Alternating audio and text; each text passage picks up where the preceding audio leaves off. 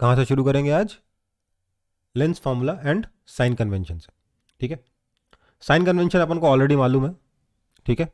हम लोग जो मिरर में पढ़े थे साइन कन्वेंशन वही यहाँ भी फॉलो करने वाले हैं। वहाँ हमने सारे डिस्टेंसेस कहाँ से मेजर किए थे? पोल से मेजर किए थे। यहाँ सारे डिस्टेंसेस कहाँ से मेजर करोगे? ऑप्टिकल सेंटर से मेजर करोगे along the principal axis, okay. Incident ray इस केस में मेरे को पता है लेफ्ट से राइट जा रहा है, तो इंसिडेंट रे के डायरेक्शन को मैं प्लस लूंगा, तो मैंने इधर की तरफ प्लस ले लिया है, इधर की तरफ माइनस ले लिया है। कोई दिक्कत?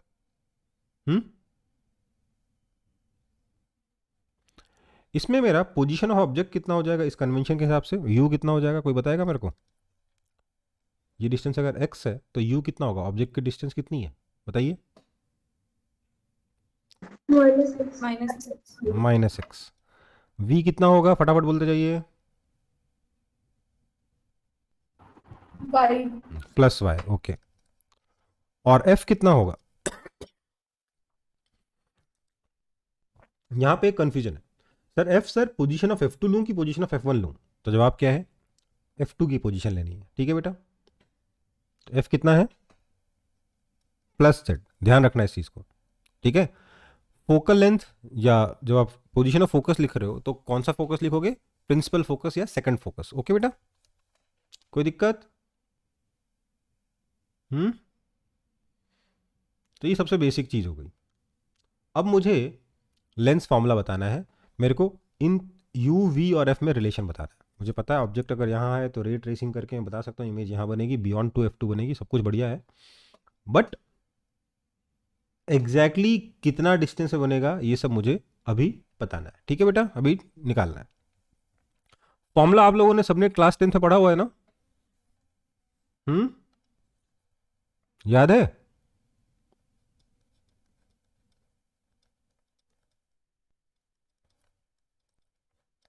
यही है ना फॉर्मूला?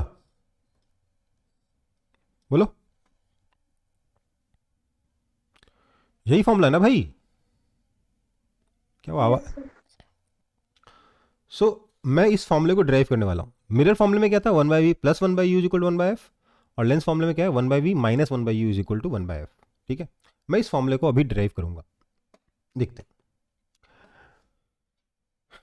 देखो अगर मैं सीधे लेंस फॉर्मूला ड्राइव कर रहा हूं, वैसे लेंस फॉर्मूला ड्राइव करने के दो तरीके हैं। एक लेंस फॉर्मूला ड्राइव करो जो मैं भी करने वाला हूं, और दूसरा सीधे लेंस मेकर्स फॉर्मूला ड्राइव करो जिसमें ऑटोमेटिकली लेंस फॉर्मूला ड्राइव हो जाता है, ठीक है। सो क्या है, मैं यहां बोल रहा हूं कि फॉर्मूला ड्राइव करने के लिए मैंने एक रे डायग्राम बना रखा है जिसमें लाइट ऐसे गई, ऐसे गई, एक लाइट स्ट्रेट चली गई, ठीक है। मैंने ऑब्जेक्ट की हाइट a मान ली है, इमेज की हाइट नीचे की तरफ नहीं मान ली। हाइट ऑफ ऑब्जेक्ट कितना होगा यहाँ पे बताइए तो? +a, और हाइट ऑफ इमेज कितना हो जाएगा? -b। स्टैंडर्ड साइन कन्वेंशन चल रहा है ना? मैग्निफिकेशन लिखूंगा तो क्या आ जाएगा? -b/a, okay. पर फिलहाल मेरे जो डायग्राम है इसमें x, y, z, a और b सिर्फ मैग्नीट्यूड है, इसके पास कोई डायरेक्शन नहीं है, ठीक है।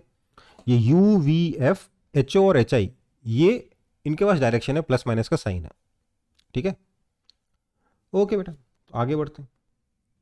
तो मैंने क्या बोला, इस रे डायग्राम में मैंने इसी रे डायग्राम का यूज करके मैं इनके बीच में u, v, f के बीच में रिलेशन निकालना चाहता हूं। तो मैंने बोला एक काम करता हूं, क्या हुआ? अच्छा, मैंने ये दो ट्रायंगल कंसिडर किए। ये दोनों ट्रायंगल क्या राइट एंगल ट्रायंगल है? हाँ या ना? बोलो, क्या इन दोनों ट्रायंगल में ये दोनों एंगल सेम है? हाँ या ना? तो क्या इन दोनों ट्रायंगल्स में ये दोनों एंगल्स भी सेम होंगे? यस और नो? होंगे ना? होंगे कि नहीं? मैंने बोला कि क्योंकि ये दोनों ट्रायंगल्स सिमिलर हैं, क्योंकि दोनों के तीनों एंगल सेम है इसलिए दोनों ट्रायंगल सिमिलर है, इसलिए मैं क्या कह सकता हूं, मैं काम करता हूं यहां पे कुछ नाम देता हूं। ये O है ना, इसको मैंने बोल दिया M, इसको बोल दिया N, इसको बोल दिया P, इसको बोल दिया Q, और भी नाम दूंगा आगे चल के। फिलहाल मैंने बस ये OMNPQ कर दिया, ठीक है। तो जिससे मैं दोनों ट्रायंगल्स का नाम दे पाऊं OMNOPQ, ठीक है बेटा। अब क्योंकि दोनों ट्राइंगल सिमिलर हैं, इसमें ये वाली साइड ए है, ये वाली साइड एक्स है, इसमें ये वाली साइड बी है, ये वाली साइड वाई है, राइट। तो मैं इनके बीच में एक रिलेशन लिख सकता हूँ। क्या लिख सकता हूँ, देखते हैं। दोनों ट्राइंगल सिमिलर है, मैंने उनको यहाँ पे ऐसे एडजस्ट कर दिया। मुझे पता है ये हाइट ए है, ये हाइट बी है, ये हाइट, ये डिस्टेंस एक्स है और ये वाला डिस्टेंस वाई है, राइट। राइट और wrong? So I can simply say यहां से equation a by b is equal to x by y। Yes और नो? बोलिए।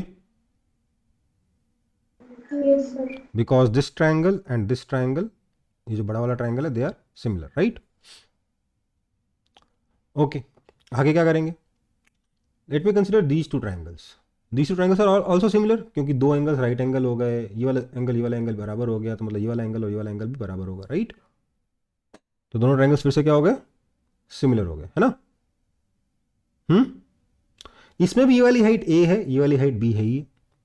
तो एक काम करता हूँ, इन दोनों ट्राइंगल्स को भी मैं दोबारा से सिमिलर तरीके से एडजस्ट कर देता हूँ।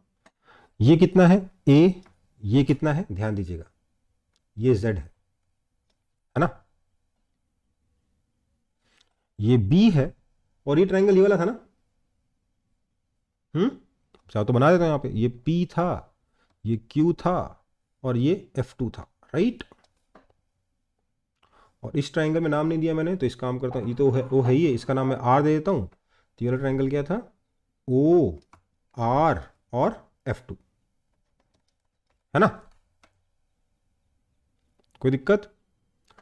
ये डिस्टेंस z है, ये डिस्टेंस कितना है? y माइनस जेड है। यस और नो? Yes, sir. तो अब मैं यहां पर क्या लिख सकता हूं? सर आप यहां पर लिख सकते हो कि a by b is equal to z upon y minus z. This is equation 2। कोई दिक्कत?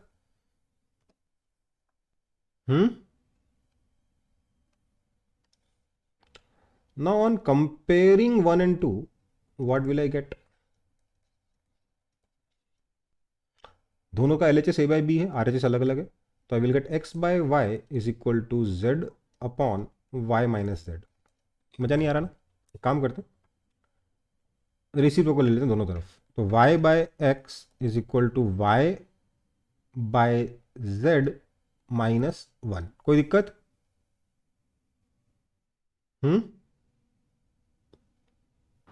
No, sir. दिस मीन्स अगर मैं y दोनों LHS RHS को y से डिवाइड कर दूं तो मुझे क्या मिलेगा? 1 by x is equal to 1 by z minus 1 by Y.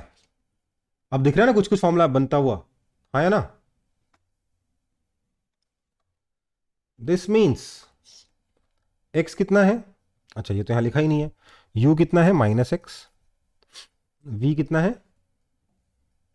Plus Y. f कितना है? Plus Z. तो बेसिकली x की जगह माइनस यू डालना है, बाकी जगह जो है मतलब y की जगह v और z की जगह f डालना है, ठीक है। तो minus 1 by u is equal to 1 by f minus 1 by v. This means lens formula, right.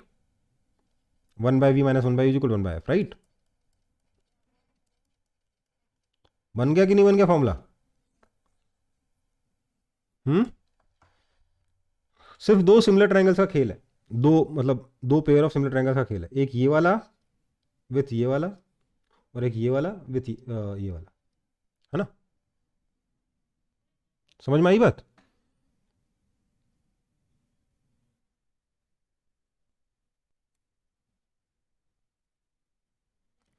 समझ में आया कि नहीं आया?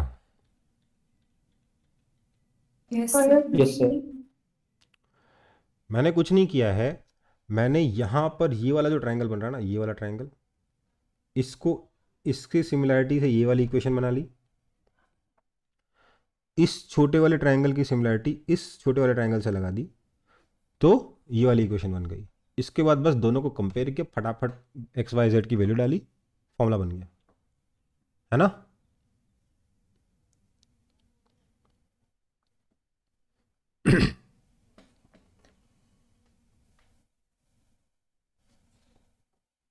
यहाँ पे बस एक ध्यान देना था कि इसका रेसिप्रोकल लेंगे और फिर ऊपर y जो बच गया ना उसको नीचे ले जाओ, काम खत्म।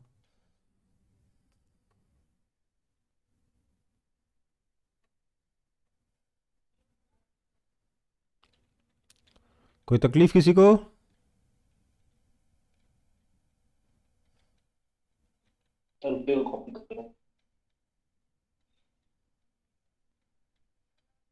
यहाँ पे ट्राइंगल का नाम लिख लेना, ठीक है। ये ट्राइंगल कौन सा है? O M N.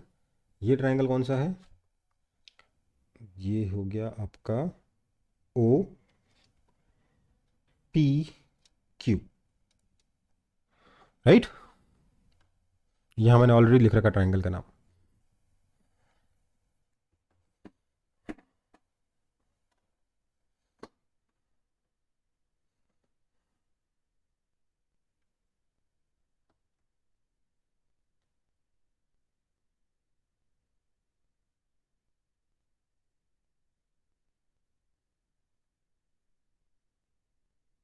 आसान है कि इजी है? आसान। आगे बढ़े फिर। Okay sir.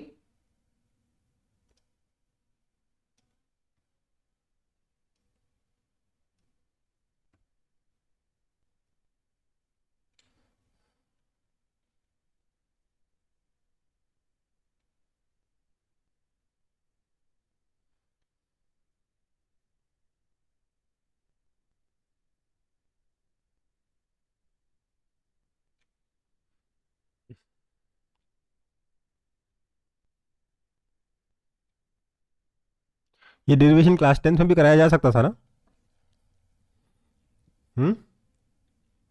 यस पर करवाते ही नहीं है।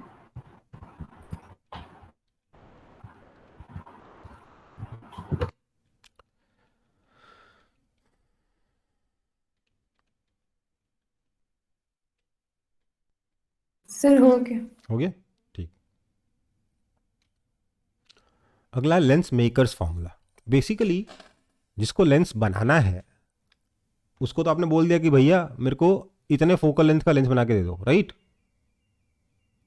अब वो क्या करे, वो कैसे डिसाइड करे कि इधर का रेडियस कितना होगा, इधर का रेडियस कितना होगा, जिससे कि वो फोकल लेंथ बने? तो बेसिकली रेडियस ऑफ कर्वेचर और रिफ्रैक्टिव इंडेक्स मिलके, मतलब फोकल लेंथ का फॉर्मूला हमें चाहिए होगा ना रेडियस ऑफ कर्वेचर्स और रिफ्रैक्टिव इंडेक्स के टर्म्स में, हाँ या ना? चाहिए होगा कि नहीं? तो वो फॉर्मूले, उस फॉर्मूले का नाम क्या है जो हमें फोकल लेंथ बताता है in terms of radii of curvature and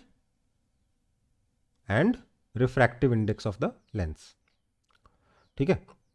इसके लिए मैंने एक काम किया, मैंने इधर का रिफ्रैक्टिव इंडेक्स म्यू1 बोला, इधर का भी म्यू1 लिया है। मतलब कि जो भी मैं फॉर्मूला डिराइव करने वाला हूं वो तभी वैलिड होगा अगर लेंस के दोनों तरफ मीडियम सेम होगा। ओके बेटा, समझ में आई बात? Yes sir. इसका रिफ्रैक्टिव इंडेक्स मैंने म्यू2 ले लिया है, ठीक है। ये तो बना है।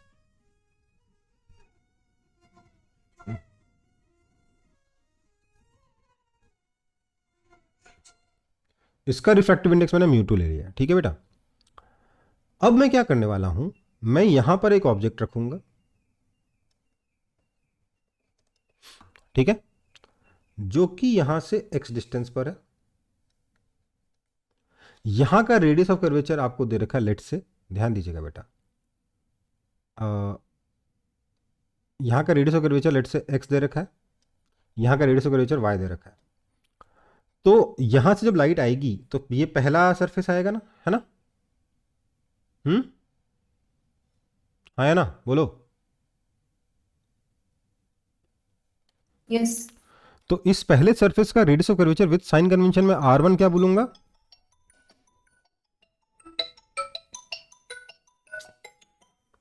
मैं r1 को बोलने वाला हूं प्लस x। क्या बोलने वाला हूं? Plus x। उसके बाद लाइट यहां जाएगी, पहले यहां रिफ्रैक्ट करेगी, फिर लाइट यहां रिफ्रैक्ट करेगी, राइट। तो इसका इसका रेडियस ऑफ कर्वेचर r2 में क्या बोलने वाला हूं? Minus y। ये समझ में आ रहा है कैसे हुआ?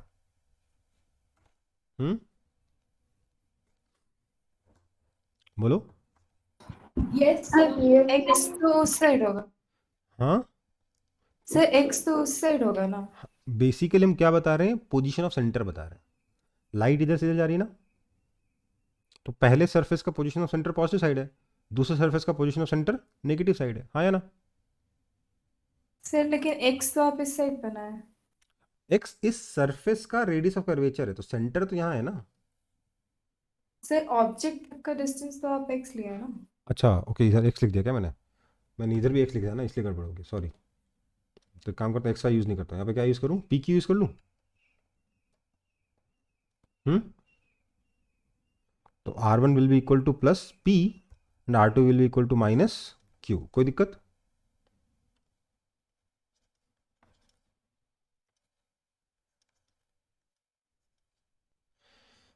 ठीक है, अब कंफ्यूजन नहीं है ना।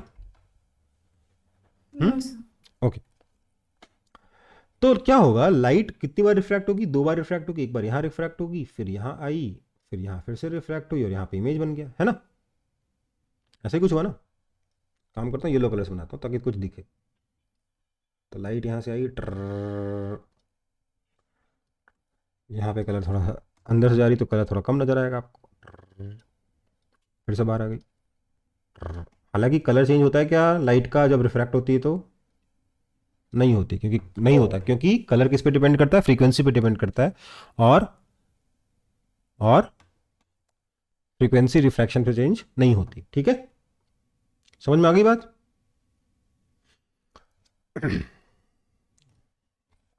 अच्छा, तो क्या हुआ, मेरे पास 2 बार रिफ्रैक्शन हुआ, मेरे को 2 रिफ्रैक्शन को सॉल्व करना है, रिफ्रैक्शन एट कर्व सरफेसेस को, उससे मुझे इमेज की फाइनल पोजीशन मिल जाएगी, है ना बेटा।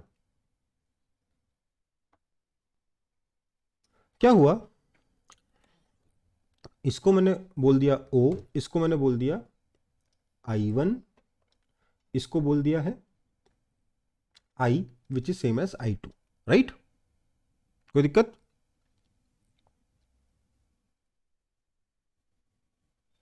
समझ में आया कि नहीं आया समझ में?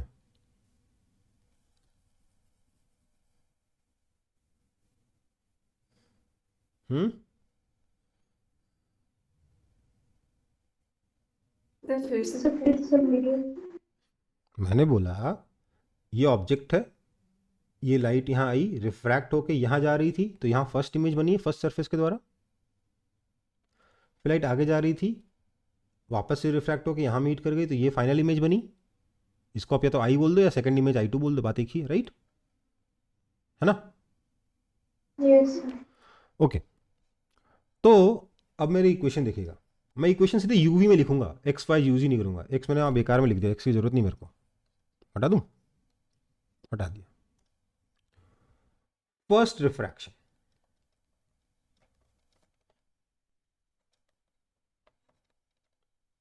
फर्स्ट रिफ्रैक्शन में मेरा μ1 कितना है, तो सर वो μ1 ही है, और μ2 कितना है, तो सर वो μ2 ही है, राइट, है ना। कोई दिक्कत?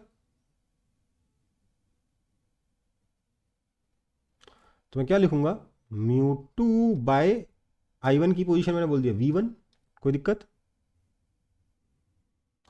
ऐसे देख लो, मैंने वेक्टर फॉर्म में सारे की सारी पोजीशन लिखी है। ये मेरा U1 है, U है, या U1 बोल दो, ये मेरा V1 है। ये बात और है कि U1 निगेटिव होगा, पर होगा तो U1 ही ना, हाँ है ना। U1 की वैल्यू निगेटिव होगी, -x होगी, वो अलग चीज़ है, पर है तो ये U1। ओके, कोई दिक्कत? बोलेगा ही नहीं No, कोई। sir. So what do I have? I have μ2 by V1 minus μ1 by U1 is same as U, right?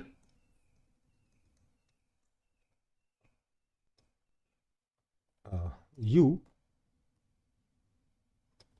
equals to μ2 minus μ1 by R1. Now R1 इस केस में प्लस P अलग कहानी है, पर मैं उसको बारे में चिंता नहीं कर रहा, मैंने सिर्फ R1 लिखा है, ठीक है। सब कुछ वेक्टर है, V1 U R1 सब वेक्टर है, ओके। कोई दिक्कत? अगर मैं सेकंड रिफ्रैक्शन के बारे में बात करूं तो यहां देखिएगा क्या होगा।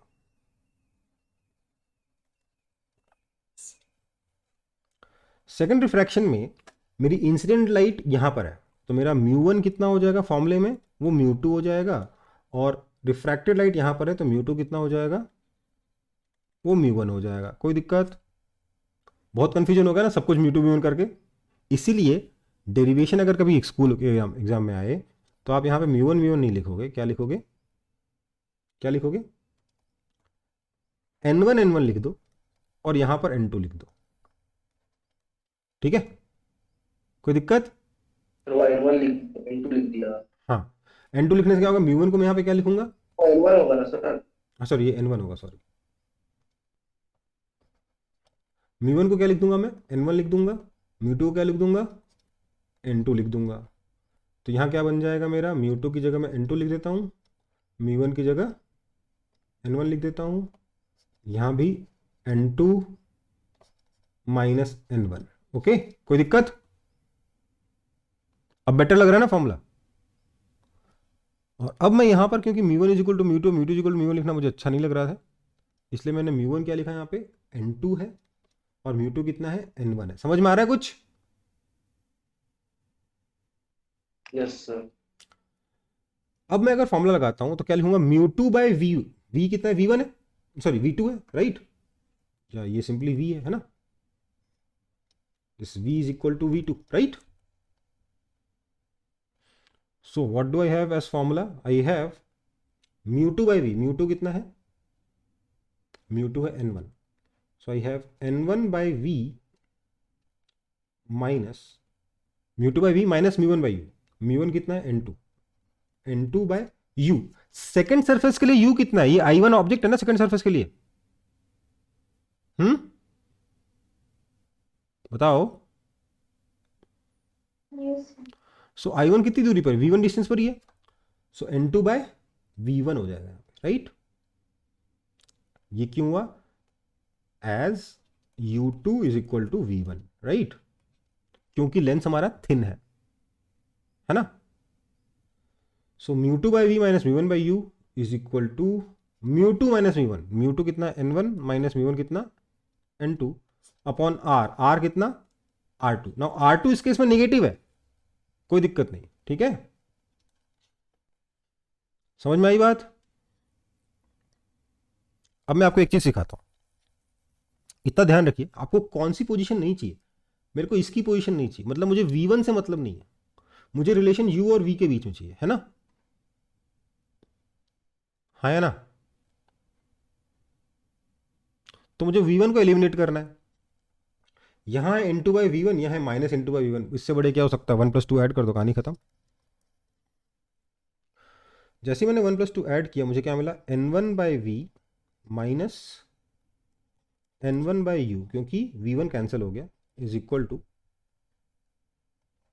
N2 माइनस N1 आ रहा है जिसमें कॉमन ले लिया मैंने, into 1 by R1 minus 1 by R2 आया, राइट? और I have 1 by v minus 1 by u is equal to क्या हो गया, ये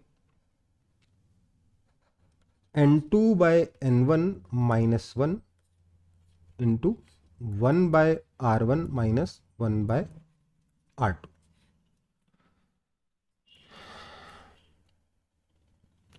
इसको यहां तक कॉपी कर लो। सर हाँ बेटा, सर वो V2 इक्वल टू V1 लिखा है U2 इक्वल्स टू V1 लिखो। सर। U2 मतलब एक बार समझा दीजिएगा। सेकेंड सरफेस के लिए ऑब्जेक्ट और फर्स्ट सरफेस की जो इमेज है वो सेकेंड सरफेस की ऑब्जेक्ट है ना। फर्स्ट सरफेस की जो रिफ्रैक्टेड रे है वो सेकेंड सरफेस के लिए इंसिडेंट रे है, हाँ ठीक है?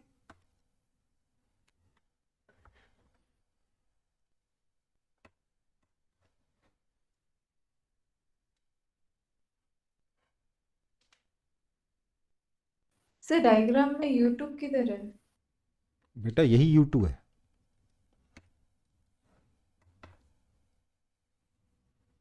ठीक है सर। ये I1 जो है, this I1 is equal to O2 भी तो बोल सकता हूं, सेकंड सरफेस का ऑब्जेक्ट बोल सकता हूँ ना मैं, Yes. समझ में आ गई बात। और देखिए मैंने यहाँ पर P positive, Q negative, U positive, U negative कुछ यूज नहीं किया है, सारे मैंने वेक्टर के टर्म्स में लिखता चला गया हूँ, है ना, और मुझे कोई झमेला नहीं हुआ, है ना बेटा।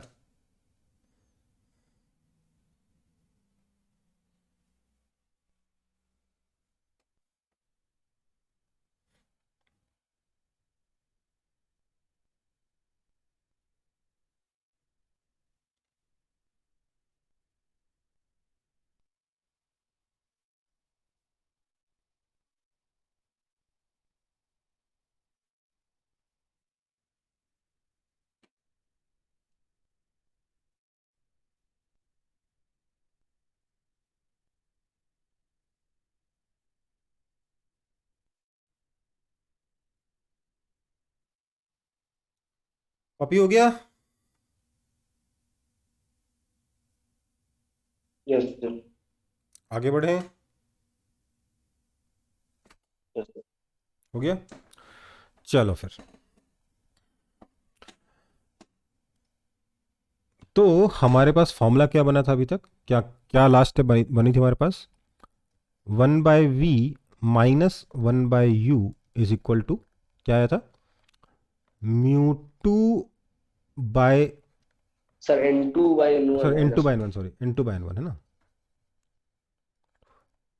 N2/N1 minus 1 times 1/R1 minus 1/R2, right. जो कि यहां पर होना क्या चाहिए था, 1/v minus 1/u is equal to कितना होता है, 1/f होता है। Yes sir. अगर मैं u को इन्फिनिटी कर दूं तो v कितना होगा, f के बराबर होना चाहिए, तो ये किसके बराबर होना चाहिए, 1/f के बराबर होना चाहिए, है ना, है ना।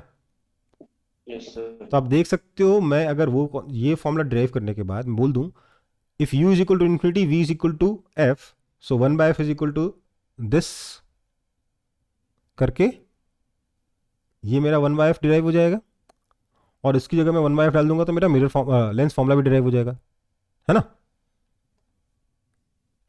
है ना। यस सो बेसिकली इसी एक डेरिवेशन से मैं दोनों डिराइव कर सकता हूं, पर मैंने फिर भी लेंस फॉर्मूले को सिमिलर ट्रायंगल से भी एक बार डिराइव करके दिखा दिया। चलो जो भी है, so 1/v minus 1/u is equal to ये फॉर्मूला आया, right. This is 1/f, so I have 1/f is equal to N2/N1 minus 1 into 1/R1 minus 1/R2, right. ये है आपका लेंस मेकर्स फॉर्मूला। क्या है ये, लेंस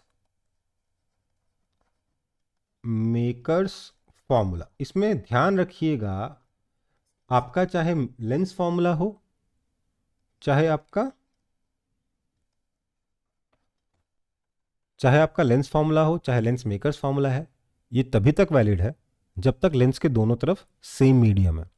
अगर एक तरफ एयर है दूसरी तरफ वाटर है तो लेंस फॉर्मूला या लेंस मेकर्स फॉर्मूला काम नहीं करता है। ठीक है बेटा, कोई दिक्कत।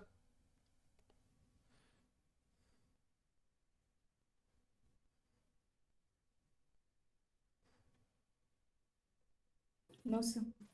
कॉपी हो गया। यस बढ़ू आगे।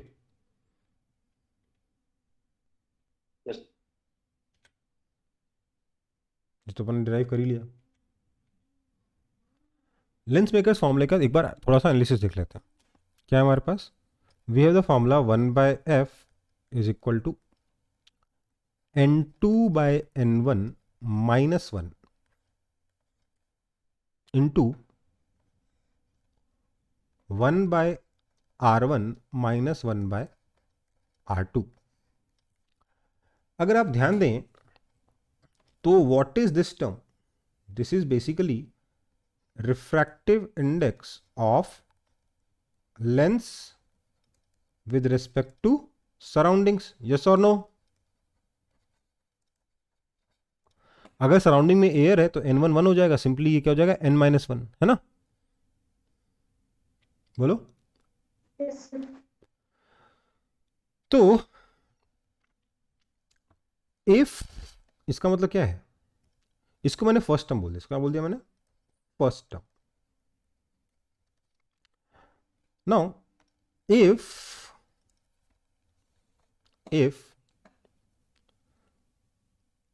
lens is denser than surroundings, अगर लेंस सराउंडिंग से डेंसर है तो n2 by n1 क्या हो जाएगा, 1 से बड़ा हो जाएगा. आपका जो फर्स्ट टर्म है वो क्या हो जाएगा, पॉजिटिव हो जाएगा. And if lens is rare than surroundings, first term क्या हो जाएगा, नेगेटिव हो जाएगा. हाँ या ना, हाँ या ना,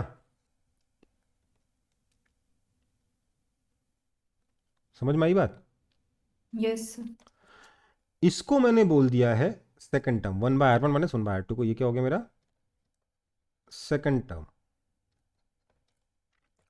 अगर मैं एक कन्वेक्स लेंस के बारे में बात करूं,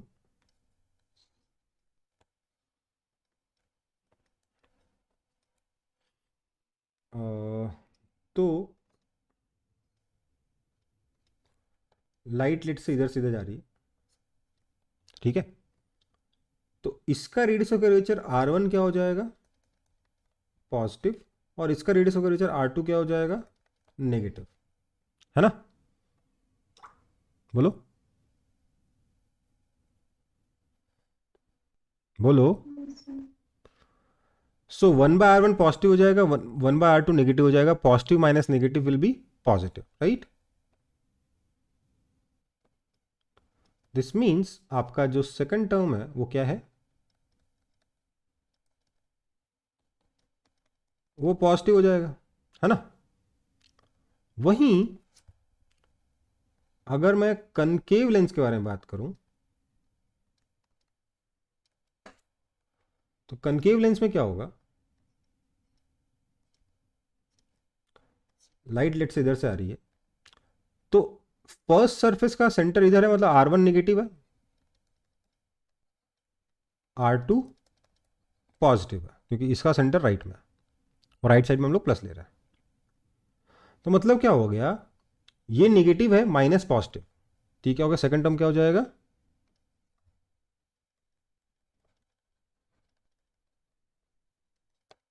सेकंड टर्म आपका नेगेटिव आ जाएगा, right. Negative minus positive, negative, right. मतलब क्या हुआ यहाँ पे, हमने क्या ये सब काम क्यों किए, करने में क्यों किए, क्योंकि हमारे पास टोटल 4 केसेस है, कन्वेक्स लेंस, कनकेव लेंस, अपने से रेयर मीडियम में, अपने से डेंसर मीडियम में, है ना. कनकेव लेंस अपने से रेयर मीडियम में, कनकेव लेंस अपने से डेंसर मीडियम में, कन्वेक्स लेंस अपने से रेयर मीडियम में, और कन्वेक्स लेंस अपने से डेंसर मीडियम में. ये चार सिचुएशंस है ना हमारे पास, है ना. Yes. जनरली क्या होता है, लेंस डेंसर देन सराउंडिंग होता है, इसलिए फर्स्ट टर्म पॉजिटिव रहता है. तो फर्स्ट टर्म पॉजिटिव मान के चलो, तो कन्वेक्स लेंस का पॉजिटिव है तो फोकल लेंथ पॉजिटिव हो जाएगा, सेकंड टर्म. कन्वेक्स लेंस का सेकंड टर्म पॉजिटिव है इसलिए फोकल लेंथ पॉजिटिव हो जाएगा. कनकेव लेंस का सेकंड टर्म नेगेटिव है इसलिए फोकल लेंथ नेगेटिव हो जाएगा. फॉर दिस केस, अगर लेंस अपने से डेंसर मीडियम में रखा, सॉरी, लेंस अपने से रेयर मीडियम में रखा है ना. जो नॉर्मली होता है कि कन्वेक्स लेंस का फोकल लेंथ क्या होता है, पॉजिटिव होता है, कनकेव लेंस का फोकल लेंथ क्या होता है, नेगेटिव होता है. यस और नो.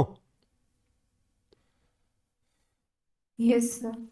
वहीं अगर मैं रेयर मीडियम के बारे में बात, सॉरी, अगर मैं, हाँ, लेंस का मीडियम अगर रेयर हो जाए, तो क्योंकि फर्स्ट टर्म नेगेटिव हो गया, कहानी उल्टी हो जाएगी, जो हम ऑलरेडी जानते हैं, हाँ या ना. Yes sir. इसमें सबसे अच्छी चीज बताया इस फॉर्मूले के साथ कि भैया रिफ्रैक्टिव इंडेक्स का गेम अलग चल रहा है और रेडियस ऑफ कर्वेचर का गेम अलग चल रहा है. वैसा नहीं कि n1/r1 माइनस n2/r2 चल रहा है, वैसा उसका कोई कॉम्प्लेक्स गेम नहीं चल रहा है ना बेटा. तो इसलिए अगर कभी आपके पास किसी क्वेश्चन में ऐसा हो कि एक मटेरियल है जिसके बारे में कुछ कुछ बता रखा है, उसका एक लेंस बना रखा है, उसके बारे में कुछ कुछ बता रखा है, मटेरियल सेम रखते हुए रेडियस चेंज कर दिए, तो आपको फर्स्ट टर्म के बारे में कम से कम चिंता करने की जरूरत नहीं है ना. फर्स्ट टर्म आपने जो फर्स्ट केस से कैलकुलेट कर रखा है वो ऐसा का वैसा सेकंड केस में यूज हो सकता है, हाँ या ना. अगर मटेरियल चेंज नहीं करते हैं तो, और अगर रेडियस चेंज किए बिना मीडियम चेंज कर देते हैं तो सेकंड टर्म वैसा का वैसा आप दूसरी जगह पे यूज कर सकते हो, हाँ या ना, बोलो। Yes, sir. ये सब क्वेश्चन सॉल्विंग में हेल्प करता है आगे चल के, थोड़े थोड़े डिफिकल्ट क्वेश्चंस में, ठीक है, पर मतलब थोड़े डिफिकल्ट मॉडरेट लेवल के क्वेश्चंस में, ठीक है। तो मेरे ख्याल से आपको ये लेंस मेकर्स फॉर्मूला अच्छे से चमक गया होगा। अगर आप देखो, अगर सराउंडिंग में एयर है तो this is simply mu, mu minus one, simple term, और इधर 1/r1 माइनस 1/r2, कोई खास फॉर्मूला नहीं है। और ये लेकिन फॉर्मूला किसका है, फोकल लेंथ का नहीं है, ये 1/फोकल लेंथ का, इसको ध्यान रखना है। वैसे भी अगर आप डायमेंशन के एनालिसिस भी करोगे तो फोकल लेंथ तो लिख ही नहीं पाओगे ना यार, यहाँ पर मीटर हो गया, यहाँ मीटर हो जाएगा, ऐसा थोड़ा ना होता है ना। आगे बढ़े बेटा, आगे बढ़ूं, Yes, sir. पक्का।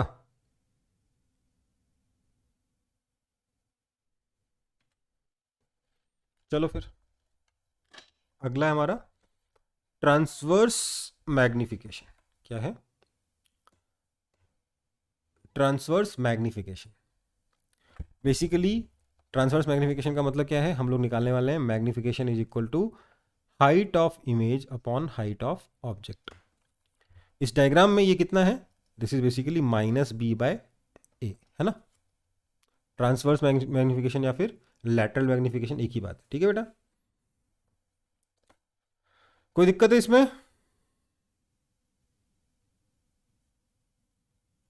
अब देखो सीधी सी बात है, ये दो ट्रायंगल लो, है ना, इनको अलग, अच्छा इसमें हमने क्या सीखा था, दोनों ट्रायंगल सिमिलर है, इसलिए a बाय या b by a is equal to y by x, है ना।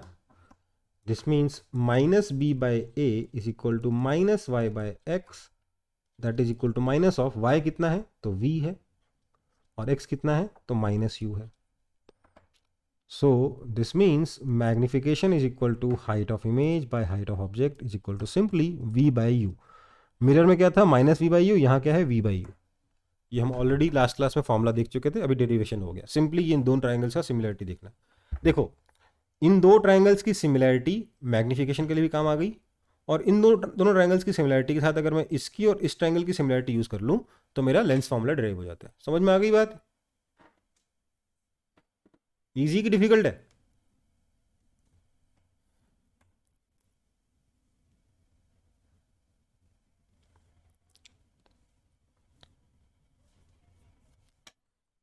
कॉपी करते जाओ जल्दी जल्दी।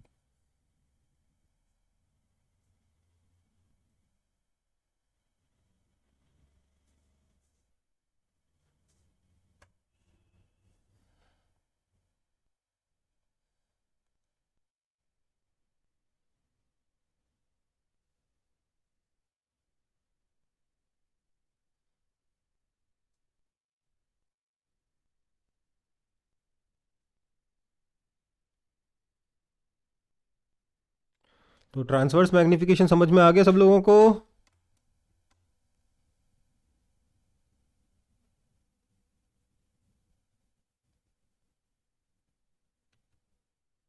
हम्म,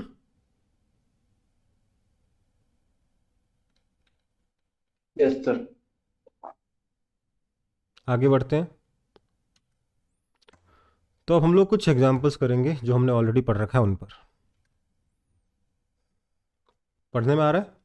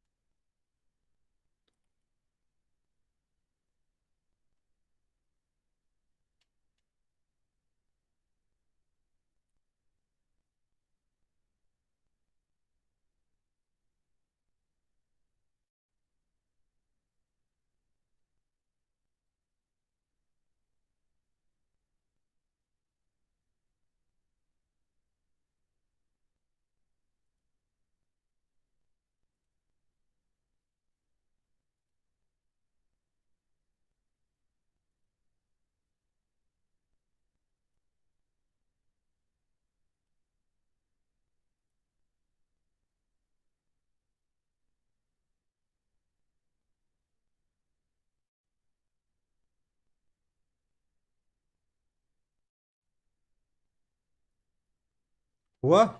समझ में आया क्या क्या बोल रहा है क्वेश्चन?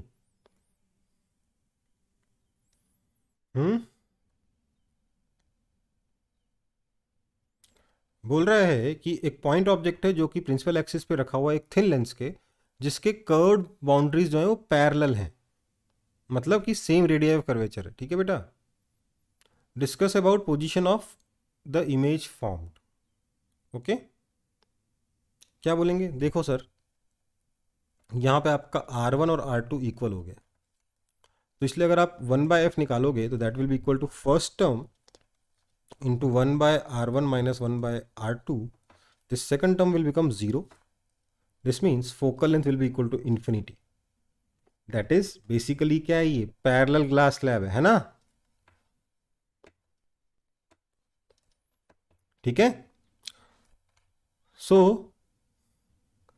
वो भी विथ कितना थिकनेस?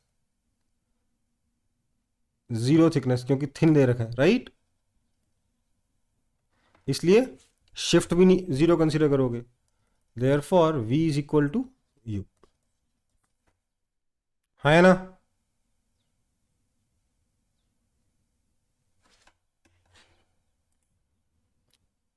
समझ में आ रहा है कुछ कि नहीं समझ में आ रहा है ये बेटा? इमेज ऑब्जेक्ट की लोकेशन सेम होगी क्योंकि R1 और R2 इक्वल है। ओके,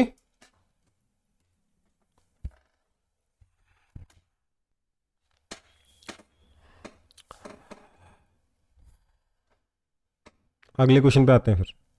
आप बता तो रहे नहीं अपने कॉपी किया कि नहीं, मैं अगले क्वेश्चन पे बढ़ जाता हूँ।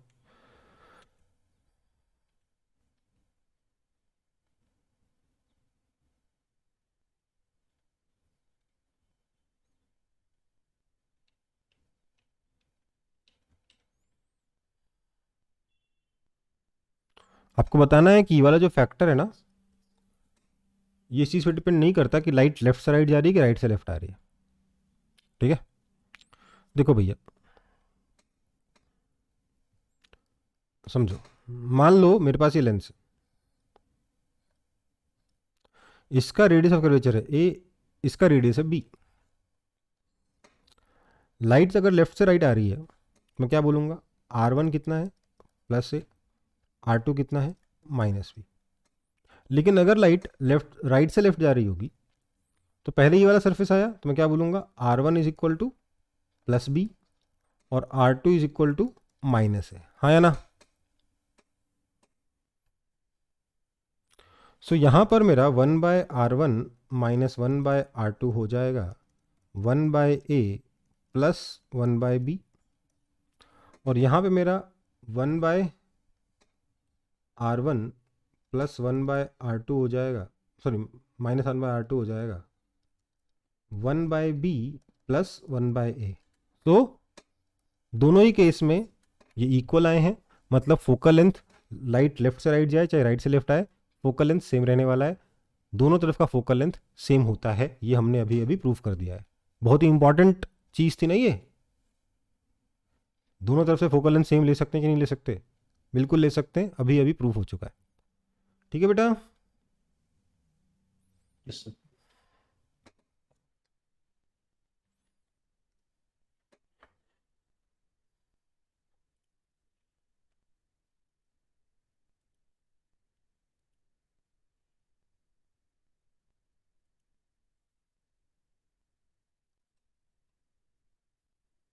आगे बढ़ रहा हूँ। Find the focal length of the lens shown in figure. मेरे को लेंस दे रखा है, दोनों तरफ का radius of curvature 10 centimetre given है, इधर म्यू इज इक्वल टू 1 है, इधर भी म्यू इज इक्वल टू 1 है, दोनों तरफ का मीडियम सेम है, चलो बहुत अच्छी बात है। और लेंस का जो रिफ्रैक्टिव इंडेक्स है वो 3/2 है। कैसे सॉल्व करेंगे? हम बोलेंगे बेटा कि सर 1/f जो है वो कितना होता है? म्यू माइनस 1 या 3/2 माइनस 1 इंटू 1/R1। नाउ पहले ये वाला सरफेस आ रहा है, मैं मान रहा हूँ कि लाइट लेफ्ट से राइट जा रही है, तो पहले लेफ्ट वाला सरफेस आया, इसका रेडियस क्या हो जाएगा? प्लस 10 सेंटीमीटर, तो अपॉन 1/10 सेंटीमीटर, ये सेंटीमीटर ध्यान रखना है, माइनस 1/ सेकेंड सरफेस बाद में आएगा, ये वाला सरफेस बाद में आएगा ना, सेकंड वाला, तो इसका रेडियस क्या हो जाएगा? नेगेटिव हो जाएगा, क्योंकि इसका सेंटर नेगेटिव साइड में। सो 1/-10 centimetre. This means 1/f is equal to 1/2 into 1/10 plus 1/10, 2/10. 2 चला गया. So that means focal length is equal to 10 centimetre. समझ में आई बात?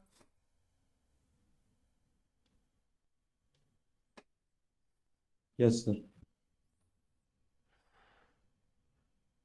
तो ये थोड़ा सा बहुत ही सिंपल सा रिजल्ट है. थोड़ा मतलब नंबर याद रखने के लिए मैं कभी नहीं बोलता, बट ये क्या है कि काफ़ी ज़्यादा आसान है कि अगर दोनों रेडियस इक्वल है, अगर इक्वी कन्वेक्स लेंस है, तो फोकल लेंथ और ग्लास का है मतलब रिफ्रैक्टिव इंडेक्स अगर 3/2 है, ये काफ़ी कॉमन केस होता है. तो उस केस में आपका जो रेडियस है वही फोकस के बराबर हो जाता है. ठीक है, 2 स्टेप में ऐसे भी आ जाता है, बट फिर भी कई बार टाइम बचा लेता है ये आपका. आगे बढ़े. स्ट्रेस देने वाली चीज़ नहीं है, याद रहे तो रहे, नहीं रहे तो भी ठीक है. इसका फोकल लेंथ निकालिए फटाफट. मैं बता दे रहा हूँ -10 सेंटीमीटर आएगा. ट्राई करके देख लो.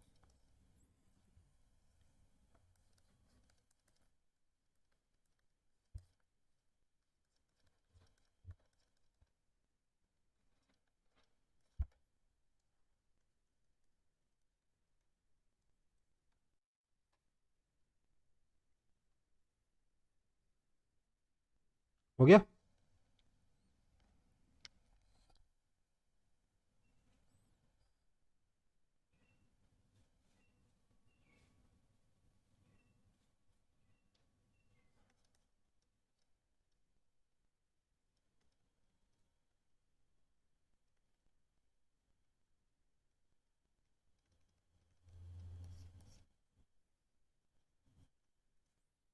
ऐसे कॉपी करते हैं इस तरीके से क्वेश्चन को. ठीक है, नोट्स में.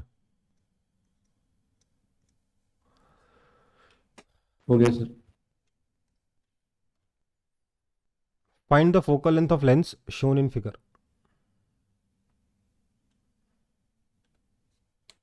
क्या बोलेंगे? मैं लेफ्ट से राइट जा रहा हूँ, तो बोलूँगा 1/f इज इक्वल टू 3/2 - 1, तो ऐसा कैसा रह जाएगा, into 1/r1. No, r1 is negative, -60 centimetre. 1/-60 centimetre minus 1/r2 is also negative, -20 centimetre. That means 1/f is equal to 1/2 into नीचे 60 है, ये हो जाएगा 3 - 1. So that means focal length is equal to 60 centimetre. वैसे तो हमको पता है लेफ्ट से लाइट लाओ चाहे राइट से लाइट लाओ, क्योंकि फैक्टर चेंज नहीं हो रहा है 1/r1 - 1/r2 का, इसलिए कोई फ़र्क नहीं पड़ेगा, 60 सेंटीमीटर ही आने वाला है. पर फिर भी मैं एक बार सॉल्व कर ले रहा हूँ क्योंकि क्वेश्चन ने पूछा है. 1/f इज इक्वल टू फिर से 3/2 - 1, क्योंकि refractive index of lens with respect to surrounding -1, into पहले ये वाला आया तो इसका रेडियस क्या है, पॉजिटिव है, 1/20 माइनस 1/ इसका रेडियस भी पॉजिटिव ही है,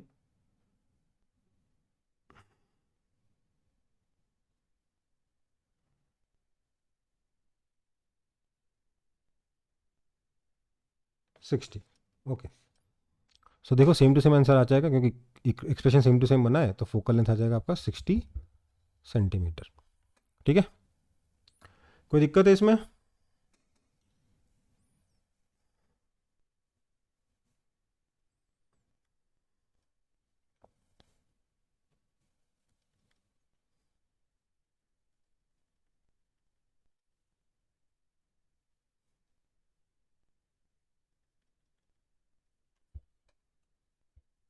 एकदम आसान आसान, एकदम आसान आसान इजी इजी क्वेश्चन है ना ये.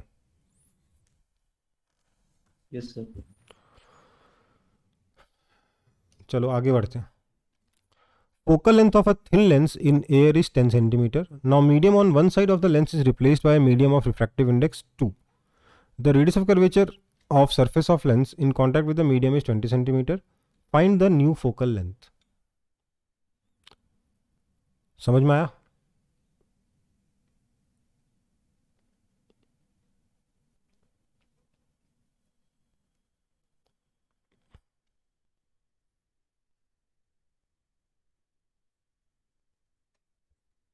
देखो भाई, ऐसे क्वेश्चन को कैसे सॉल्व करेंगे? क्वेश्चन बोल क्या रहा है कि भैया सिर्फ एयर में रखा था तब तो आपका जो फोकल लेंथ था वो 20 सेंटीमीटर था, राइट, है ना? लेकिन अब क्या हुआ है, सॉरी, फोकल लेंथ 10 सेंटीमीटर था। इसका इस सरफेस का रेडियस ऑफ कर्वेचर कुछ भी हो, पता नहीं हमें, लेकिन दूसरे वाले सरफेस का रेडियस ऑफ कर्वेचर 20 सेंटीमीटर ये हमें गिवन है, ठीक है? हमें बताना है कि अगर इधर का रिफ्रैक्टिव इंडेक्स 2 से रिप्लेस कर दिया गया है तो फाइनल इमेज कहाँ बनेगी ये बताओ, ठीक है बेटा? तो हमने बोला मेरे पास ये लेंस है,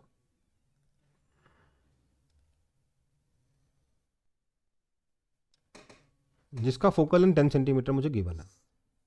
मतलब लाइट अगर यहाँ से इन्फिनिटी से आती है तो राइट में 10 सेंटीमीटर पे जाकर मीट कर जाती है ना?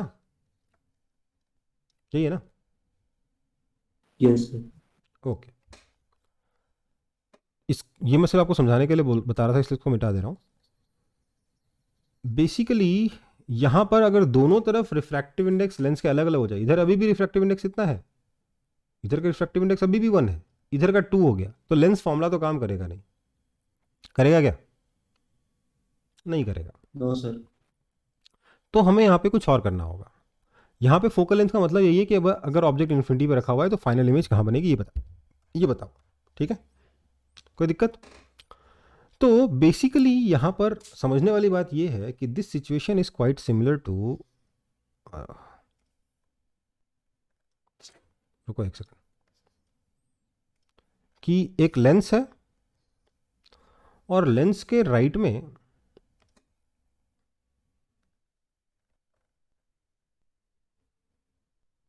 एक मीडियम है ना? सिमिलर टू क्या? यही सिचुएशन ही है, राइट? है ना? यही ना सिचुएशन है। अब अगर ऑब्जेक्ट इन्फिनिटी पे रखा हुआ है तो लेंस तो इसकी इमेज कहाँ बनाने वाला है? लेंस तो सर इसकी इमेज 10 सेंटीमीटर पे बनाने वाला था, पर हमें बताना है कि मीडियम इसकी इमेज कहाँ बनाएगा। तो सिचुएशन ये हो गई है कि इस मीडियम के लिए ये ऑब्जेक्ट है, इसकी इमेज मुझे बतानी है, राइट?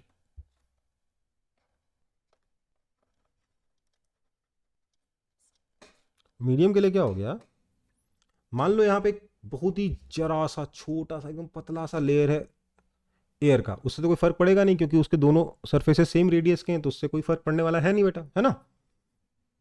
तो हम ऑलरेडी चेक कर चुके हैं, पहले एक क्वेश्चन किया था ना अपन ने, v is equal to u आया था, अगर दोनों तरफ रेडियस सेम हो तो कोई फर्क नहीं पड़ता, दैट्स लाइक ए स्लैब। याद है? याद क्या दिखा दिया? याद आ गया? Yes, sir. एक सेकंड बेटा।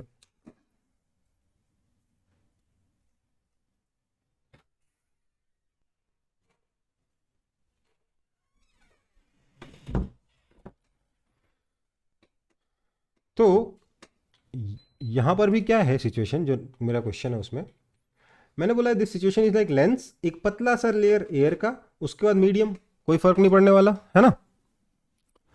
तो मीडियम के लिए क्या है आपका, इस मीडियम में क्या हो रहा है आपका, u तो है +10 सेंटीमीटर, v आपको बताना है, वही आपका फोकस हो जाएगा, राइट? है ना? इसके लिए आप रेडियस यूज करोगे कितना, क्योंकि रेडियस इसका 20 सेंटीमीटर दे रखा है सेंटर लेफ्ट में, इसलिए आप रेडियस यूज करोगे -20 सेंटीमीटर। आपका पहले मीडियम का रिफ्रैक्टिव इंडेक्स जिससे लाइट यहां जा रही है वो क्या है, एयर है, सो μ1 इज इक्वल टू 1 एंड μ2 कितना है, वो है 2। सो अब अगर मैं यहां पे इक्वेशन लिखूंगा तो क्या बनेगी इक्वेशन, μ2 बाय v मतलब 2 बाय v या 2 by f minus μ1 by u मतलब 1 by 10 is equal to μ2 minus μ1 1 by -20। So that means 2 by f is equal to 1 by 10 minus 1 by 20, that is 1 by 20. That means focal length is equal to 40 centimeter. ठीक है। हम्म, ठीक है बेटा।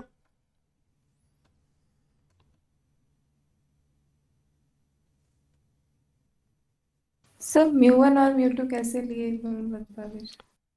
देखो बात समझो, कई लोग बोलते हैं सर म्यू1 तो सर आपको ग्लास का लेना चाहिए क्योंकि मीडियम लाइट जो है ग्लास से मीडियम में जा रही है, यस और नो? ये कंफ्यूजन है कि नहीं है दिमाग में? हाँ सर। बात ये बेटा, ग्लास के अंदर जो लाइट रे थी ना, वो 10 सेंटीमीटर में नहीं जा रही थी, वो आगे कहीं जा रही थी, और ये कहाँ जा रही है हमें पता नहीं है। We don't know about this, right? What we know is कि अगर लाइट ग्लास से निकल के एयर में पहुंच जाती तो वो यहां जाके मीट करती, यही ना पता है हमें। बोलो। Yes sir. तो मतलब मैं ये मान रहा हूं, इसलिए मैंने बीच में क्या एक पतला सा लेयर एयर का मान लिया, जिससे कि इमेज की लोकेशन पे भी कोई फर्क नहीं पड़ा। एंड आई एम सर्टन कि अब एयर से जब लाइट इस मीडियम में जा रही है तो एयर वाले में जो लाइट थी वो 10 सेंटीमीटर पे जाके मीट करने वाली थी, क्योंकि फोकस लेंस का काम खत्म हो चुका है ना वहां पे। लेंस कहाँ पे फोकस कर रहा था लाइट को? 10 सेंटीमीटर पे। एयर में लाइट कहाँ जा रही थी? 10 सेंटीमीटर पे जा रही थी। उसके बाद मीडियम आ गया, तो मीडियम के लिए इंसिडेंट रे कहाँ जा रही है? 10 सेंटीमीटर पे। रिफ्रैक्टेड रे कहाँ जाएगी बताना है ना? इंसिडेंट रे कहाँ से इंसिडेंट हो रही है? तो एयर से हो रही है, इसलिए म्यू1 कितना हो गया? 1 हो गया। और म्यू2 तो मीडियम का रिफ्रैक्टिव इंडेक्स सही है 2, है ना? हाँ सर समझ गए। देखो, इसमें लेंस का कोई फॉर्मूला यूज नहीं हुआ है, पर कॉन्सेप्चुअली अगर देखा जाए तो काफी स्ट्रांग क्वेश्चन है ये, है कि नहीं है? दिखने में लगता है लेंस का क्वेश्चन है, लेंस का कोई काम ही नहीं है यहाँ पे, सिर्फ और सिर्फ refraction at curve surface use हो रहा है। ठीक है बेटा,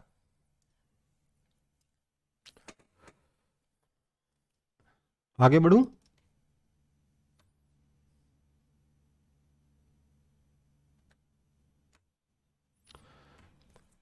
figure shows a point object under converging lens. ये पॉइंट ऑब्जेक्ट है 15 सेंटीमीटर पे, कन्वर्जिंग लेंस है, इसका फोकल लेंथ दे रखा है। फाइनल इमेज कहाँ बनेगी बताओ, फटाफट बताओ, ये तो एकदम लल्लू क्वेश्चन है।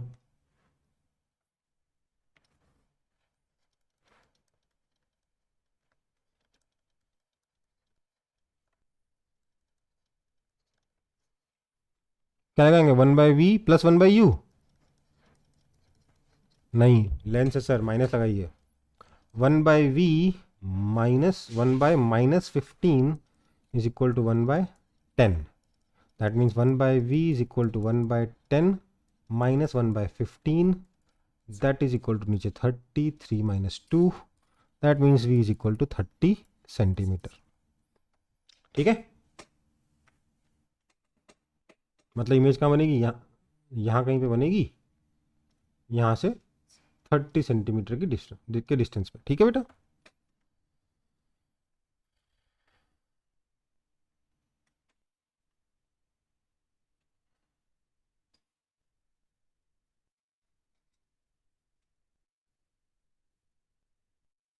बच्चों वाला क्वेश्चन था।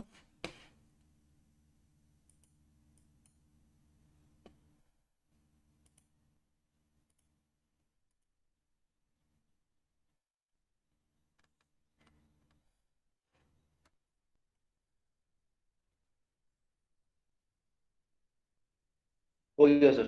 हो गया, चलो।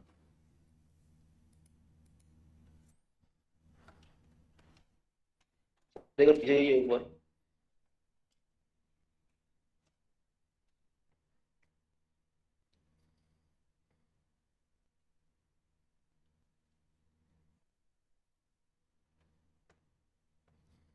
इसका मतलब कौन सा लेंस है? कन्वर्जिंग लेंस है, दो एरो ऐसे बना रखे ना। यस। चलो, हो गया सर।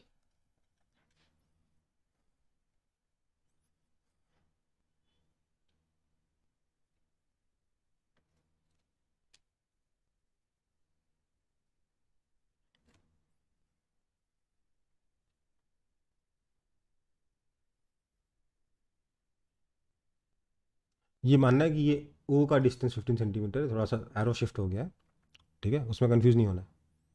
ये ऑब्जेक्ट 15 सेंटीमीटर के डिस्टेंस पर है फ्रॉम दिस लेंस। ओके, तो क्या होगा? दो बार दो बार काम करना होगा ना, पहले लेंस का रिफ्रैक्शन, फिर उसकी दूसरी लेंस के द्वारा इमेज, है ना, ऐसा कुछ करना होगा ना। तो बेसिकली दो बार लेंस फॉर्मूला लगाना पड़ेगा, एक बार फर्स्ट लेंस का, एक बार सेकंड लेंस का। ओके, तो फर्स्ट लेंस सॉल्व करते हैं पहले। फर्स्ट लेंस, u कितना -15, f कितना +10, v निकालना है। अब ये भी सॉल्व किया था ना, u -15 f +10 v निकालना है। कितना आया था? +30 सेंटीमीटर। सेकंड लेंस के लिए देखो, यहां से इमेज बन रही है +30 पे, मतलब सेकंड लेंस से 5 सेंटीमीटर आगे, तो u कितना हो गया? +5। कैसा ऑब्जेक्ट है? वर्चुअल ऑब्जेक्ट है। f कितना है? -10, क्योंकि कनकेव लेंस है, डाइवर्जिंग लेंस है। v मुझे निकालना है, तो क्या करेंगे? 1/v -1/u, 1/v -1/5 is equal to -1/10. This means 1/v is equal to 2/10 minus 1/10. That means v is equal to 10 centimeter. So final image will be 10 centimeter from the second lens. Okay.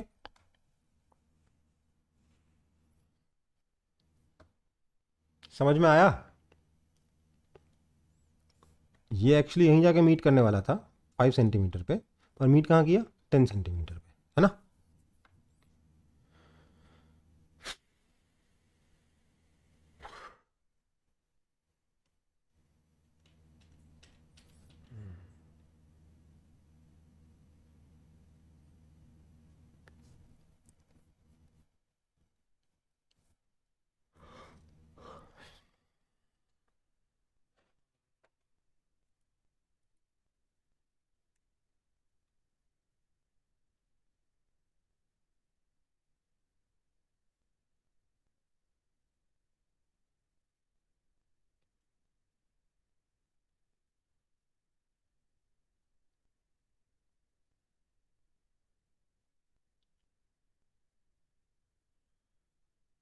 Copy हो गया? Yes, sir. चलो,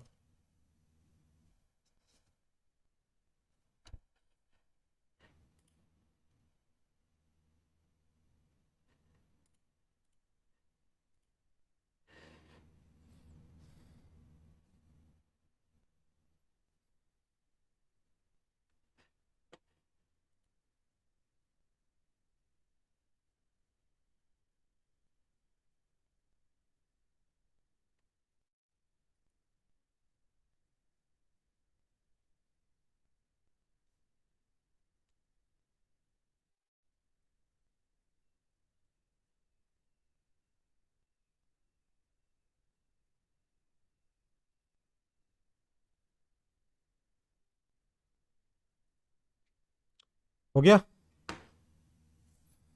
क्या बोल रहा है? कह रहा है क्वेश्चन कि देखो सर, दो कन्वर्जिंग लेंस है, एक का 10 सेंटीमीटर फोकस है, एक का 20 centimetre focus length, focal length है। इंसिडेंट रेज जो है वो प्रिंसिपल एक्सिस के पैरेलल है। डी की वैल्यू कितनी हो सो दैट फाइनल रेज भी प्रिंसिपल एक्सिस के पैरेलल हो जाए, है ना। यही है ना क्वेश्चन?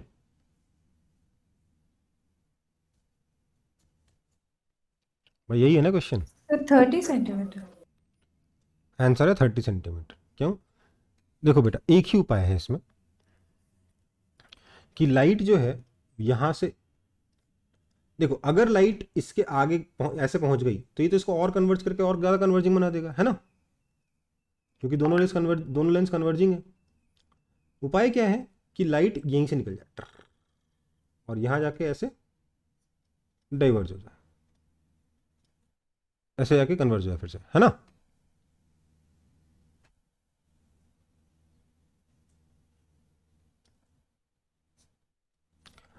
ये कैसे हो सकता है? जब ये भी फोकस है, ये भी फोकल लेंथ है, राइट। सो डी कितना हो जाएगा? f1 + f2, 30 सेंटीमीटर,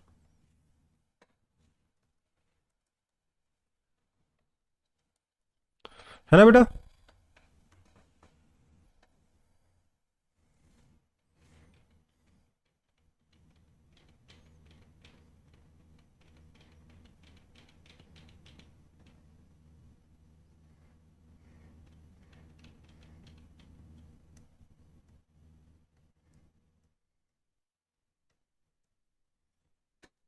जी आप एक बार जब टेलीस्कोप पढ़ेंगे ना हम लोग, तो उसमें भी आप एक बार इस सिमिलर फिनोमेना को देखोगे फिर से, ठीक है।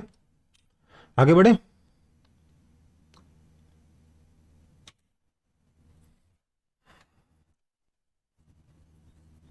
ये लेंस है, ठीक है, 10 सेंटीमीटर का फोकल लेंथ है। ये कनकेव मिरर है जिसका फोकल लेंथ -10 सेंटीमीटर दे रखा है। आपको बताना है फाइनल इमेज कहाँ बनेगी।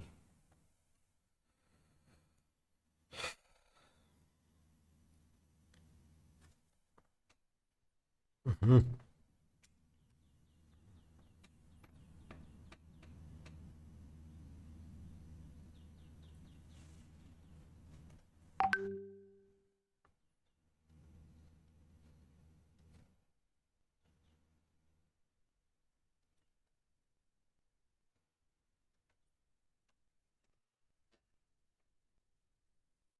क्या करेंगे देखो,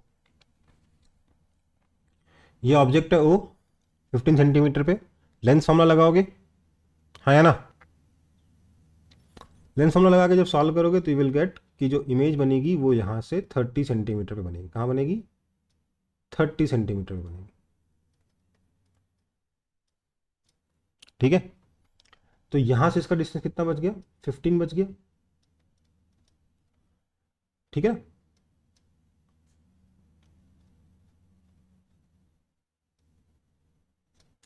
तो यहाँ से जब लाइट रिफ्लेक्ट होगी तो आप फिर से मिरर फार्मूला लगाओगे। मिरर फार्मूला लगाओगे तो आप देखोगे कि लाइट यहाँ आई, आपकी ये वाला 30 सेंटीमीटर हो गया, ठीक है। तो ये कितना बच गया? 15 बचा। फिर लाइट इधर जाएगी, ट्र लेंस इसे फिर से कन्वर्ट करेगा। इसके लिए क्या हो गया? u -15 हो गया। तो फिर से सॉल्व करोगे तो v कितना हो जाएगा?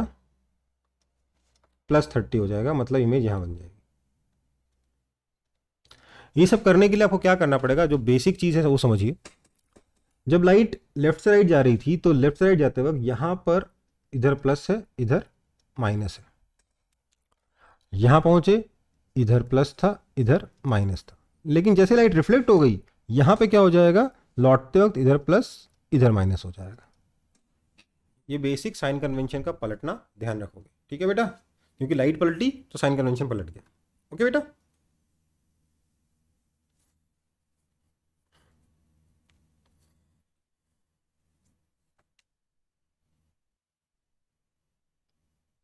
कॉन्सेप्ट समझ में आया? रे को फॉलो करते जाना है, फॉर्मूला लगाते जाना है। पहले लेंस मिला, लेंस फॉर्मूला लगा दो, फिर मिरर मिला, मिरर फॉर्मूला लगा दो, फिर लेंस मिला, फिर लेंस फॉर्मूला लगा दो। हम लोग ऐसा क्वेश्चन सिमिलर पहले भी कर चुके हैं जब हमने मिरर पढ़ा था, बस यहाँ पे स्लैब लगा दिया था, है ना। लेंस पढ़ने के पहले भी कर चुके हैं, रिफ्रैक्शन और प्लेन सरफेस के बाद। किया है कि नहीं किया है?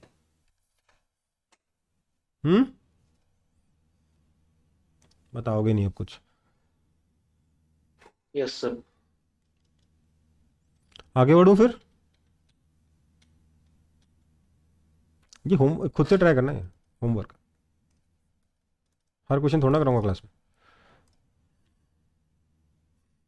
सेम क्वेश्चन है, कैलकुलेशन और करनी होगी, होमवर्क है, ठीक है। ये 15, 10, 30 बनेगा। अच्छा सॉरी, क्वेश्चन बोल रहा है what should be the value of D so that the final image is formed on the object itself, है ना। समझ में आई बात? ये थोड़ा सा डिफरेंट क्वेश्चन है, ये होमवर्क नहीं है। मुझे लगा सेम टू सेम क्वेश्चन है, पढ़ा नहीं था मैंने क्वेश्चन। देखो क्या क्या उपाय है।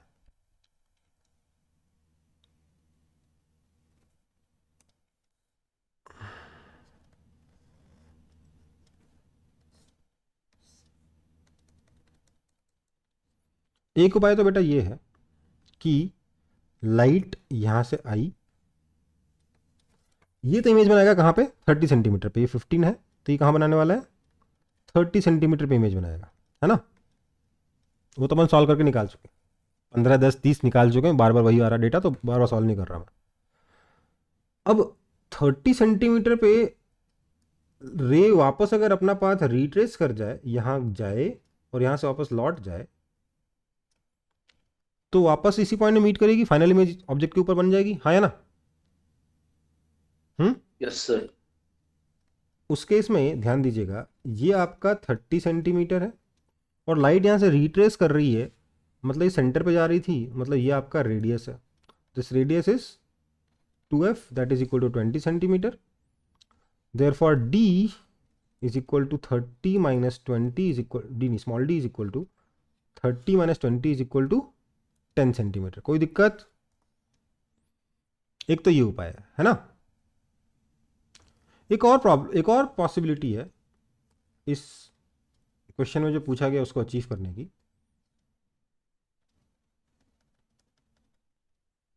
कि लाइट यहां से आई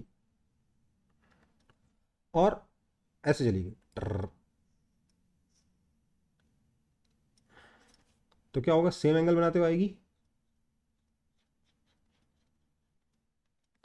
और इमेज ऐसे बन जाएगी, है ना. तो उस केस में ये d कितना है? d has to be simply position of image, that is 30 centimetre. तो 10 सेंटीमीटर और 30 सेंटीमीटर दो पॉसिबल, केस 1 केस 2. और कोई पॉसिबिलिटी है क्या? नहीं है. और देखो यहाँ पे आपको समझ में आ रहा होगा कि आई हैव ऑल द फॉर्मूले but I am not going to use any formula for this question, क्योंकि कोई भी फॉर्मूला अगर मैं यूज करने जाऊंगा तो ये क्वेश्चन सॉल्व नहीं होगा.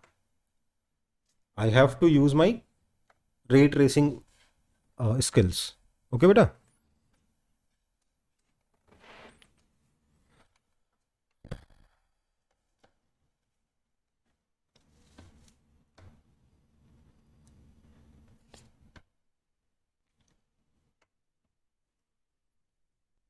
आगे बढ़े. रुकिए.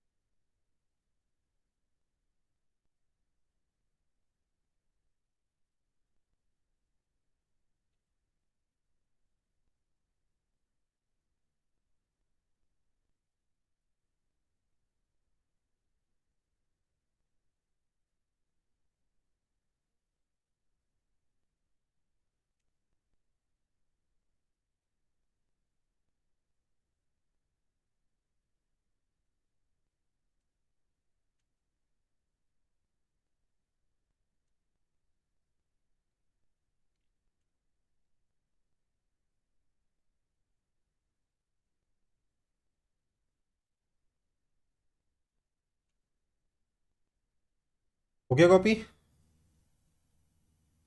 सर.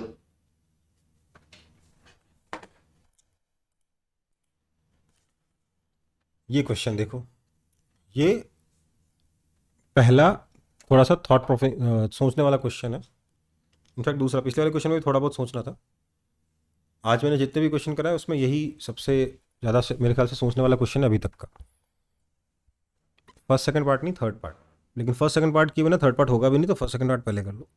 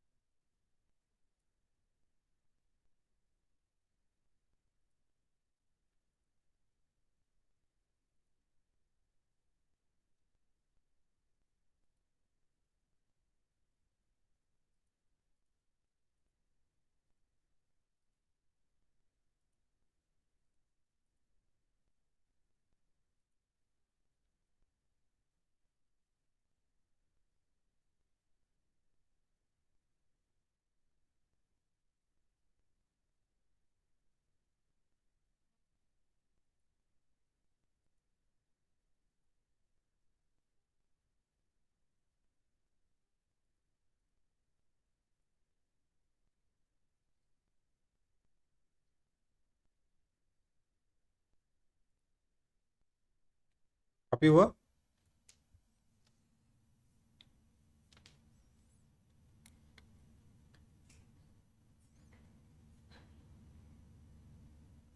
क्वेश्चन कॉपी हो गया?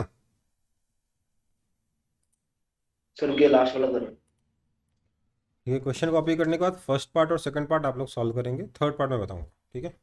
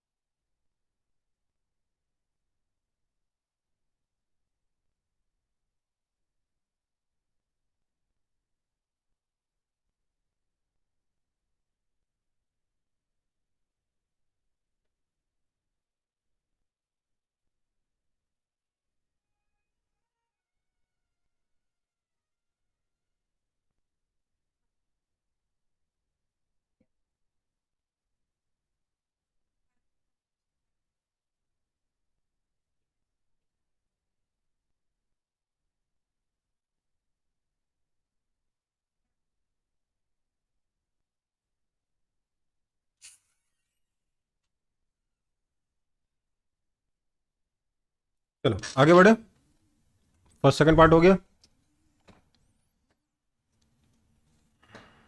देखो भाई, मैं फर्स्ट सेकंड पार्ट फटाफट बिना कैलकुलेशन के बता दूंगा क्योंकि मैं ओवरली सॉल्व कर चुका हूँ।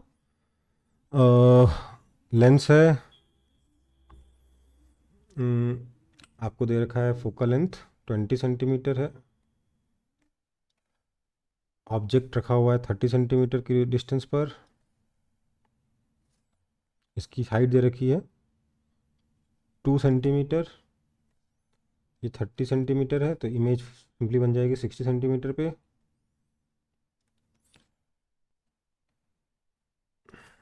बेसिकली आपका u -30 आया था, v आ गया कितना +60, क्योंकि फोकल लेंथ कितना है +20। सॉल्व करोगे आराम से आ जाएगा। तो आपका मैग्नीफिकेशन क्या आता है, v/u that is equal to -2।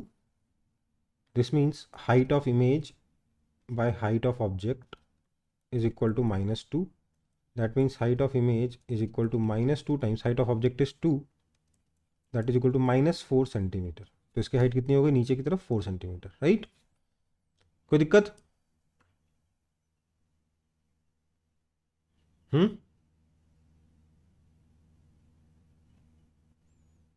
कोई दिक्कत है क्या? No sir. ओके, क्योंकि आप यहाँ पे आप बस लेंस फॉर्मूला लगाओगे, उससे आपको v मिल जाएगा 60 सेंटीमीटर। मैंने बोला कैलकुलेशन हटा दिया है, बाकी सब मैंने सॉल्व कर लिया। अब देखो थर्ड पार्ट जो कि मेन थोड़ा सा चैलेंजिंग पार्ट है, ज़्यादा चैलेंजिंग नहीं, थोड़ा सा चैलेंजिंग है। इसमें आपको क्या बताना, find the change in lateral magnification, मतलब आपको डिल टाइम बताना है। If object is brought closer to lens by 1 millimetre, ध्यान दीजिएगा 1 मिलीमीटर, 1 सेंटीमीटर भी नहीं, ये 30 सेंटीमीटर, इसमें 1 मिलीमीटर पास में लेके आए, मतलब बहुत ही छोटा डिस्टेंस लेके आए, राइट? है ना? सो हम इसको आगे लेके गए कितना, बाय 1 मिलीमीटर। तो यू कितना हो जाएगा, यू इंक्रीज करेगा कि डिक्रीज करेगा, बताइए तो।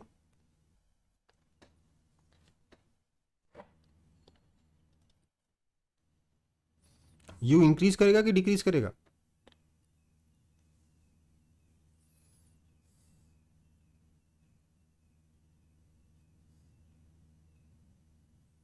बोलो।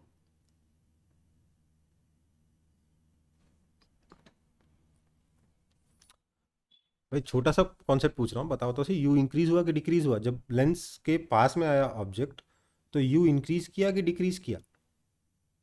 Sir decrease. इंक्रीज किया बेटा, -30 से -29.9 हुआ ना, है ना?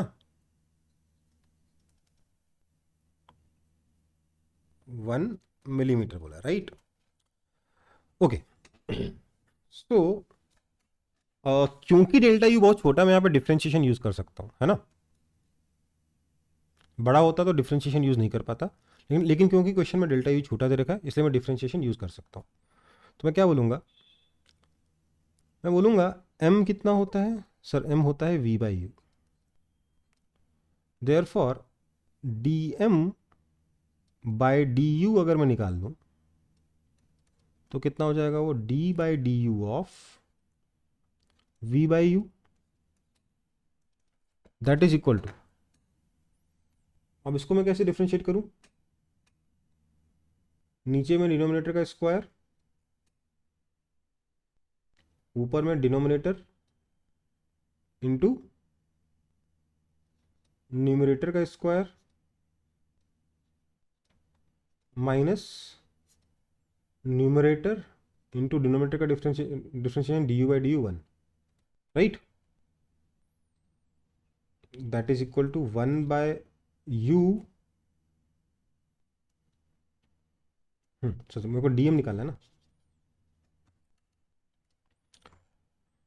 This simplifies DM is equal to, ये क्या है 1 बाय यू, डी यू से मल्टीप्लाई किया तो D we minus V by you square D U, right, कोई दिक्कत,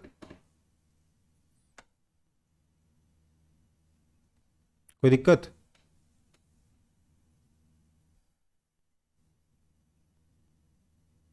now I know that du is 1 millimeter but I don't know dv, है ना, to find dv I need to differentiate this length formula, 1 by v minus 1 by u is equal to 1 by f, that means minus 1 by v square dv plus 1 by u square du equals to 0, that means dv is equal to v square by u square du, right, so that is 1 by u times v square by u square du minus v by u square du, अब v कितना है 60 centimetre है, u कितना है 30 centimetre, वो सारी value डाल के यहाँ पर आप इसको कैलकुलेट कर सकते हो कि नहीं कर सकते हो, यस सर। सो थोड़ा सा सोचने वाला, मेहनत करने वाला क्वेश्चन है, ठीक है ना,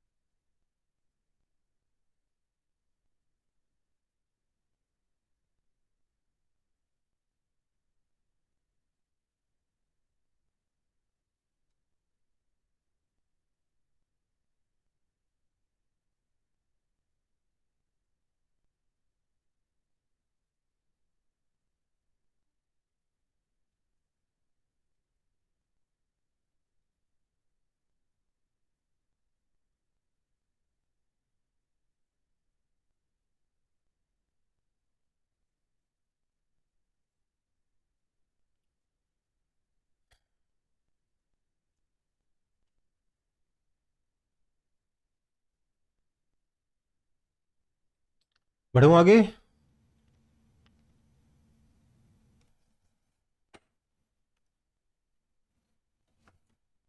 यस थोड़ा सा ये मतलब है ऐसा ही क्वेश्चन, कुछ कर नहीं सकते, हालांकि आगे के रिजल्ट्स, जो आगे वाले टॉपिक्स में हम लोग रिजल्ट्स पढ़ने वाले हैं, अगर वो हम याद रखें तो ये क्वेश्चन थोड़ा सा छोटा हो जाएगा, एक दो स्टेप छोटा हो जाएगा, ज़्यादा नहीं, लेकिन वो एक दो स्टेप भी काफ़ी राहत देता है अपन को, क्योंकि वी ऑलरेडी हम ऑलरेडी इन चीज़ों के ऊपर एक बार वर्क कर चुके होंगे ना, तो थोड़ा सा आसान पड़ जाता है। आगे बढ़ते हैं, लॉन्गिट्यूडिनल मैग्निफिकेशन, लॉन्गिट्यूडिनल मैग्निफिकेशन का मतलब क्या हो गया, मैग्निफिकेशन अलोंग द एक्सिस। बात समझिए, अगर मेरे पास कोई ऑब्जेक्ट ऐसे रखा हुआ है ए बी, तो देखो मुझे पता है कि जब ऑब्जेक्ट F1 2F1 पे होता है तो इमेज 2F2 पे बनती है, और जब ऑब्जेक्ट F1 पे होता है तो इमेज इन्फिनिटी पे बनती है, राइट, है ना, सो जैसे जैसे मैं ऑब्जेक्ट को 2F1 से F1 लेके जा रहा हूँ, इमेज 2F2 से इन्फिनिटी जा रही है, सो इस सिचुएशन में जो इमेज बनेगी, that image will look something like this,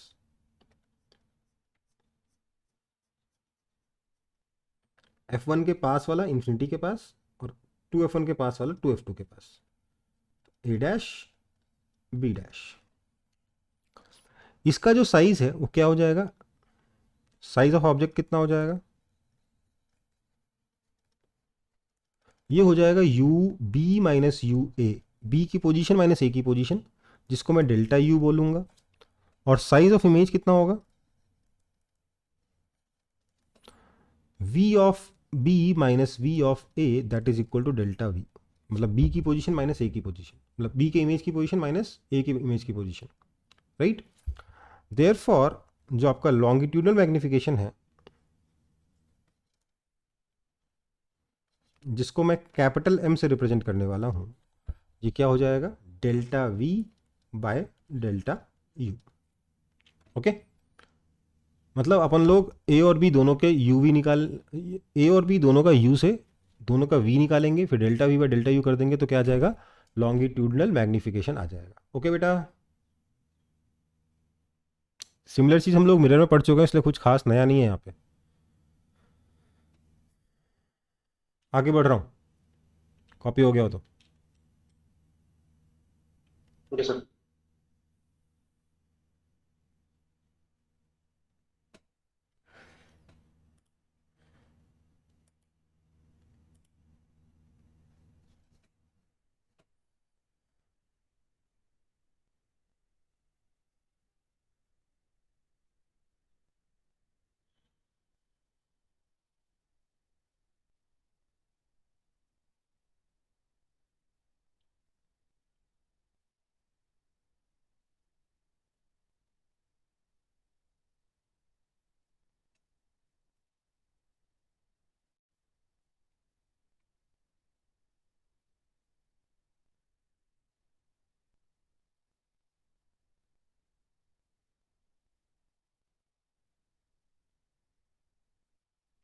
Yes, sir.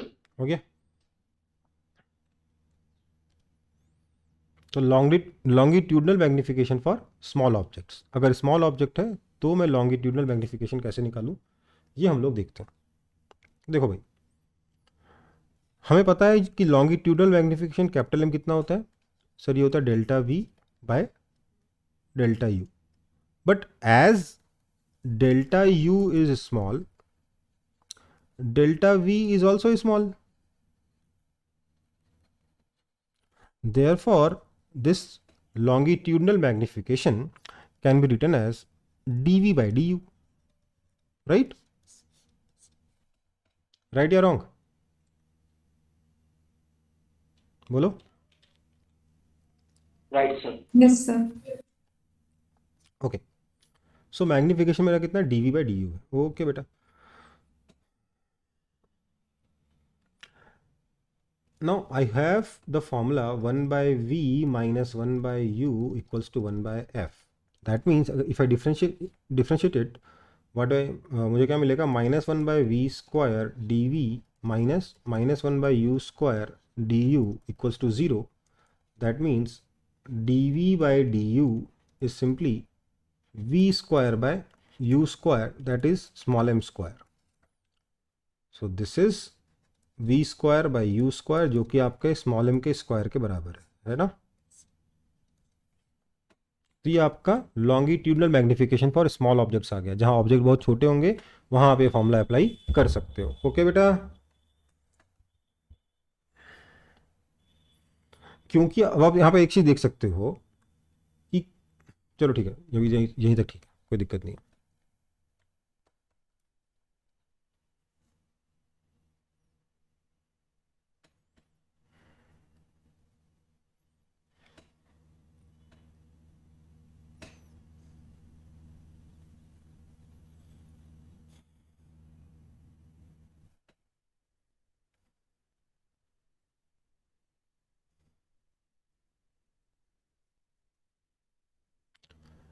आगे बढ़ूं?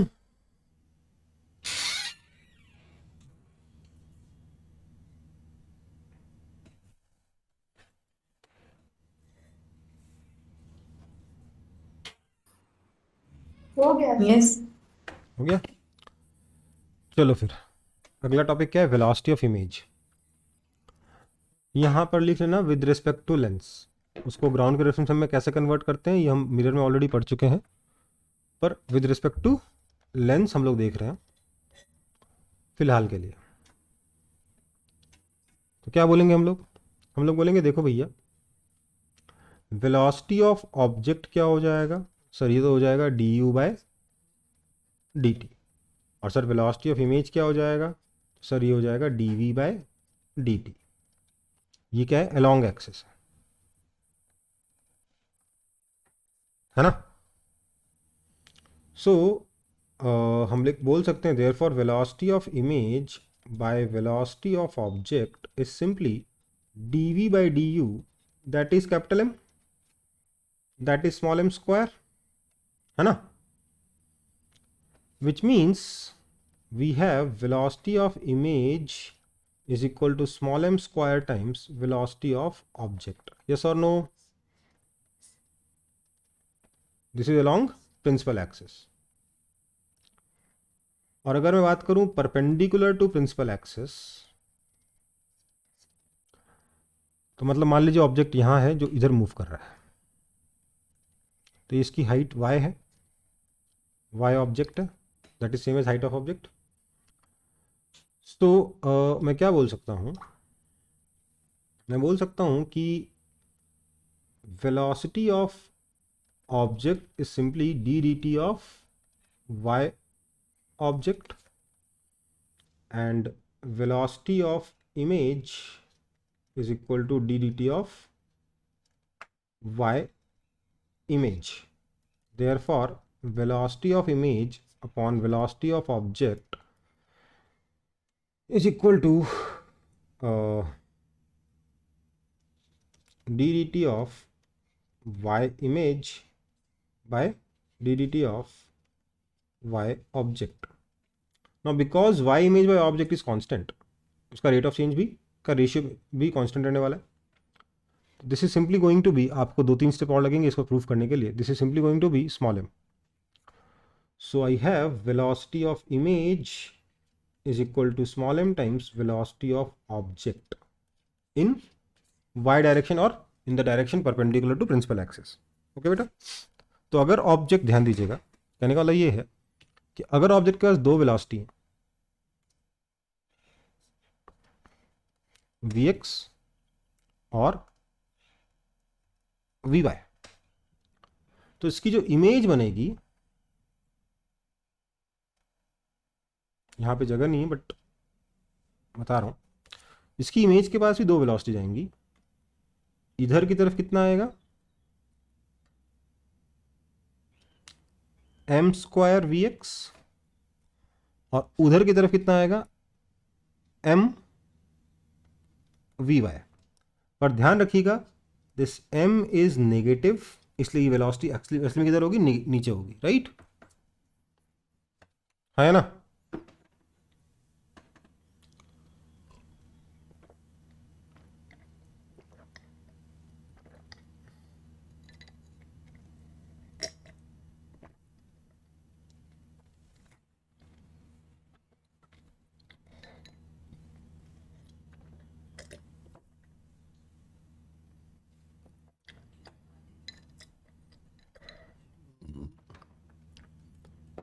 Now all these formulae are valid किस केस के लिए, किसके लिए, विद रिस्पेक्ट टू लेंस। सिर्फ और सिर्फ लेंस के रेफरेंस फ्रेम में ही ये फॉर्मूले वैलिड हैं, अदरवाइज वैलिड नहीं है। ओके, अगर ग्राउंड के रिस्पेक्ट में वेलोसिटी दे रखी है और लेंस मूव कर रहा है, तो सब कुछ पहले लेंस के रेफरेंस फ्रेम में जाके सॉल्व करिए, उसके बाद बताइए ये velocity with respect to lens है, therefore velocity with respect to ground is this velocity plus velocity of lens. Okay बेटा,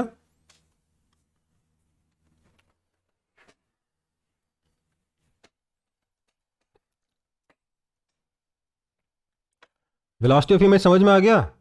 ऑलरेडी हम लोग डिटेल में डिस्कस कर चुके हैं मिरर में, वही कॉन्सेप्ट था, इसलिए मैंने यहाँ पे थोड़ा सा उसके मुकाबले शॉर्ट में पढ़ाया है। कॉन्सेप्ट्स को इकट्ठा करने की कोशिश की है rather than कि एक एक कॉन्सेप्ट को डिटेल करना। ठीक है, समझ में आया यस सर, हो गया। आगे बढ़ते हैं फिर।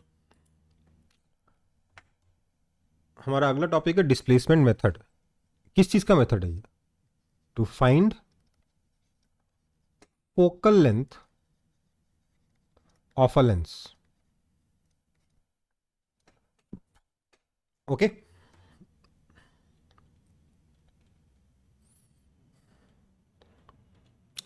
कौन सा लेंस? कन्वेक्स लेंस के लिए, ऑफ अ कन्वेक्स लेंस। ठीक है, देखो हम इस डिस्प्लेसमेंट मेथड में क्या करते हैं, ऑब्जेक्ट फिक्स्ड रहता है, स्क्रीन फिक्स्ड रहती है, मूव क्या करता है? लेंस। सर हाँ, टू फाइंड फोकल लेंथ अब क्या लिखना है यहाँ पर? क्या? Focal length of a to lens, find focal length of a convex lens.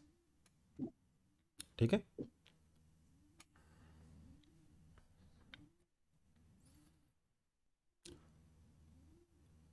देखो एक कन्वेक्स लेंस का फोकल लेंथ मेजर करने के लिए मल्टीपल मल्टीपल मेथड्स हो सकते हैं। एक मेथड तो बेटा आप लोगों के स्कूल की लैब में होता है, बड़ा सिंपल सा ही मेथड है, कोई खास डिफिकल्ट मेथड नहीं है। उसमें बस ऑब्जर्वेशन लेना होता है पैरेलैक्स का ध्यान रखते हुए, जैसे मिरर का निकालते हैं वैसे लेंस का भी निकालते हैं। दूसरा मेथड जो है वो क्या है? Displacement method. इसमें हम लोग क्या करते हैं, जनरली जो नॉर्मल मेथड होता है उसमें हमारा लेंस फिक्स रहता है, हम लोग ऑब्जेक्ट को मूव कराते हैं या लेंस को भी कभी कभी मूव कराते हैं, बहुत बहुत सारी चीज़ें होती हैं। पर डिस्प्लेसमेंट मेथड में हम लोग क्या क्या करते हैं, हम लोग अपने स्क्रीन को फिक्स रखते हैं, ऑब्जेक्ट को फिक्स रखते हैं, सिर्फ और सिर्फ लेंस को मूव करते हैं। ठीक है, ऑब्जेक्ट और स्क्रीन अगर फिक्स्ड है तो उनके बीच में एक डिस्टेंस होगा कैपिटल डी, वो फिक्स्ड होगा, है ना?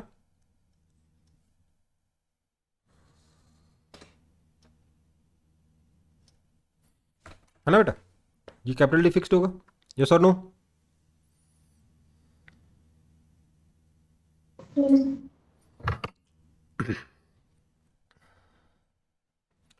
अब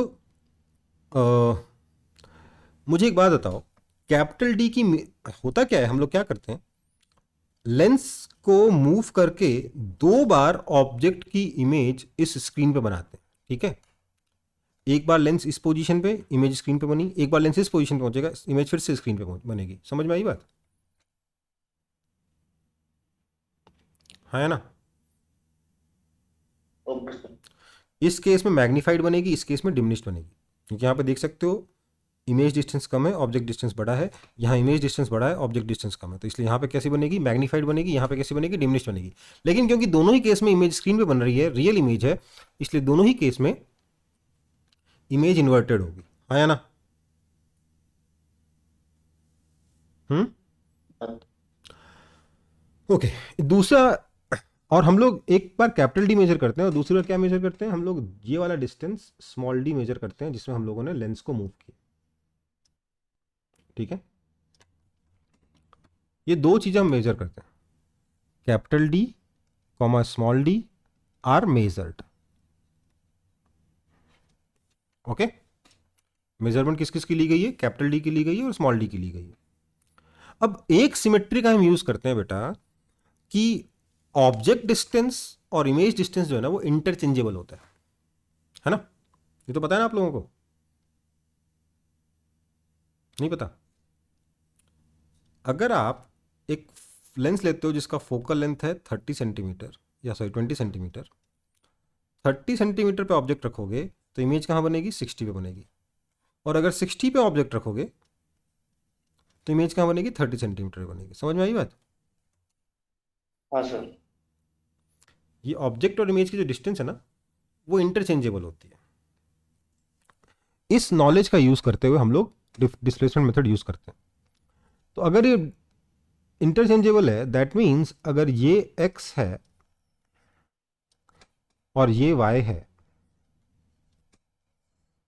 तो नई सिचुएशन में ये y हो जाएगा और ये x हो जाएगा। यस और नो?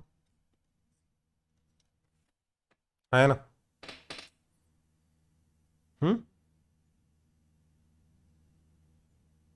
है ना? क्योंकि इंटरचेंजेबल है ना ऑब्जेक्ट का डिस्टेंस और इमेज का डिस्टेंस। yes sir. Okay. सो इसलिए मैं क्लियरली बोल सकता हूं कि x प्लस वाई तो मेरा कैपिटल डी है कि नहीं है? और यहां पर क्या है देखिए, y minus x is equal to small d है, राइट?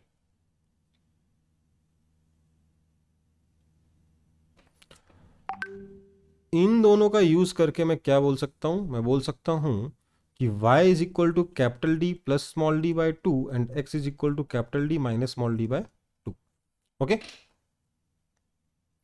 फर्स्ट केस में मैं ये बोल सकता हूं कि मेरा u कितना है सर? u है आपका माइनस एक्स और v है आपका प्लस वाई। ये दोनों वैल्यू यहाँ पे जैसे ही मैं डाल दूंगा, मैं फॉर्मूला अप्लाई कर पाऊंगा 1/v minus 1/u equals to 1/f। Apply कर सकता हूँ कि नहीं कर सकता हूँ? बोलो। हाँ कर पाऊंगा ना?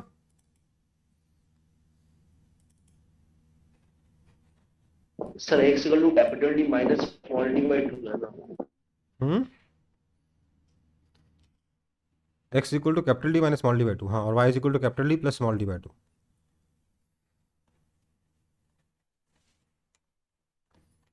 समझ में आ रहा है?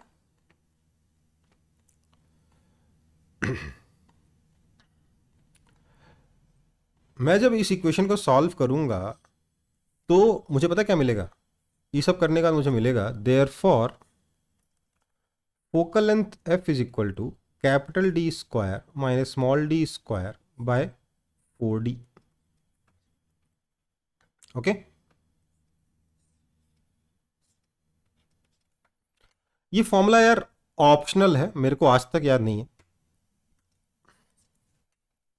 ऐसे कोई बड़ी बात नहीं है इसमें, ठीक है ना? इसकी एक चीज और समझिएगा, इससे मेरा कैपिटल डी में क्वाड्रेटिक इक्वेशन बना सकता हूं कि नहीं बना सकता हूं? बना सकता हूं कि नहीं बना सकता? 4d को इधर लेके चला गया, बना सकता हूं? यस और कैपिटल अगर मैं इसकी क्वाड्रेटिक इक्वेशन बनाऊंगा कैपिटल डी को लिए, तो सॉल्वेबल पता कब होगी?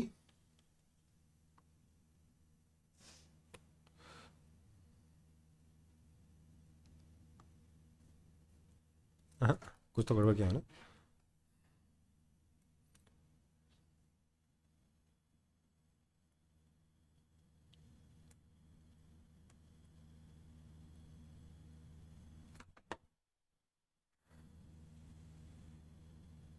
नहीं, ये कुछ और कर दिया मैंने।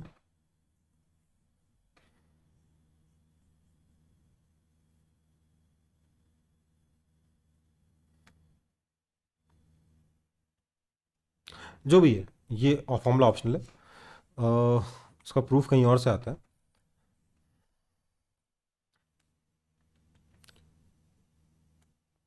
इसको सॉल्व करोगे ये तो बन जाएगा, बट कुछ और अचीव करना था मुझे, जो मैं किसी दूसरे रास्ते से आना पड़ेगा, मुझे लंबा रास्ता हो जाएगा।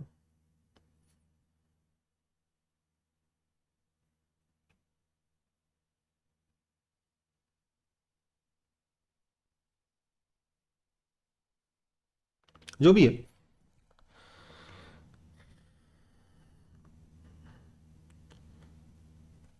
अब देखो जरा, अगर मैं स्मॉल डी को जीरो भी कर देता हूं, अगर मैं स्मॉल डी को जीरो भी कर देता हूं, तो स्मॉल एफ कितना हो जाएगा? कैपिटल डी बाय 4 होगा ना? हम्म हम्म मैं कह रहा हूं एफ मिनिमम कब है? If small d is equal to zero, right? अगर स्मॉल डी को वेरी करने से, कैपिटल डी मेरा मान लो फिक्स्ड है, स्मॉल डी को वेरी करूंगा तो क्या होगा? एक जब स्मॉल डी जीरो हो जाएगा उस केस में मेरा फोकल लेंथ मिनिमम आएगा, आया ना? बोलो, ये इस चीज पे, हाँ, ये समझ में आया? देयर फॉर एफ की मिनिमम वैल्यू कितनी हो जाएगी? स्मॉल डी को जीरो डाल के देखो तो कैपिटल डी बाय 4 आ रहा है।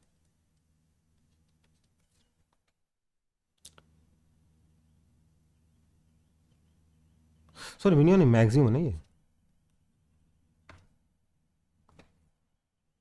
फोकल लेंथ की मैक्सिमम वैल्यू कितनी आ रही है? कैपिटल डी बाय 4, राइट, है ना? तो आप डिस्प्लेसमेंट मेथड से maximum capital d by 4 length का फोकल लेंथ ही मेजर कर पाओगे। क्यों? क्योंकि बेटा ऑब्जेक्ट और इमेज के बीच में मिनिमम डिस्टेंस कितना होता है? 4f होता है ना, बताया था ना मैंने अपनी तरफ से, बताया था। Yes sir. तो इसलिए अगर आप डिस्प्लेसमेंट मेथड यूज करना चाहते हो तो कैपिटल डी मिनिमम कितना रखना पड़ेगा आपको? 4f के बराबर रखना पड़ेगा। ओके, अगर 4f से छोटा रख दोगे ना कैपिटल डी को, तो डिस्प्लेसमेंट मेथड यूज करके आप आंसर नहीं निकाल सकते। ठीक है बेटा?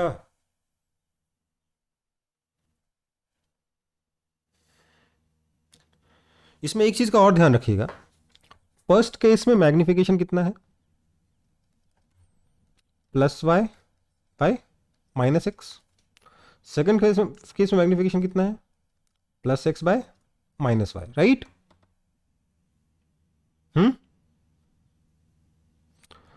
देयरफॉर m1 m2 कितना आया? 1 आया।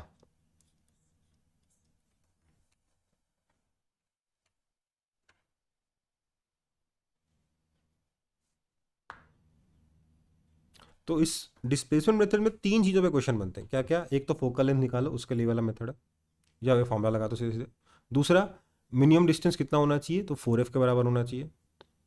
तीसरा, दोनों मैग्निफिकेशन का प्रोडक्ट कितना होता है? तो 1 होता है। या फिर इसी का अगला यूज, पहले केस में height upon height of object into दूसरे केस में height of image upon height of object is equal to 1। That means h1 h2 is equal to height of object का स्क्वायर। एक ही बात है ना? समझ में आई बात? तो ये है आपका डिस्प्लेसमेंट मेथड।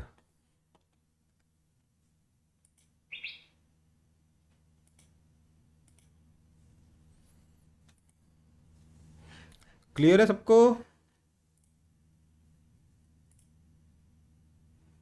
Yes sir. ठीक है, तो आज की क्लास में यहीं तक है। अभी काफ़ी टॉपिक्स बचे हुए हैं, जैसा कि मैंने आपको क्लास की शुरुआत में बोला था, power of lens, combination of lens, इनके ऊपर न्यूमेरिकल्स, फिर लेंस और मिरर का कॉम्बिनेशन, और क्या बचा है? लेंस को काटना पीटना, मिरर को काटना पीटना, न्यूटन का फॉर्मूला, और इमेज और ऑब्जेक्ट की पोजीशन के बीच में ग्राफ। इतना बचा हुआ है। ठीक है बेटा? सो है कुछ चीज़ें छोटी थोड़ी थोड़ी बची हुई, बाकी हो गए। ठीक है, इसको कॉपी कर लेंगे सब लोग, फिर मिलते हैं अगली क्लास में।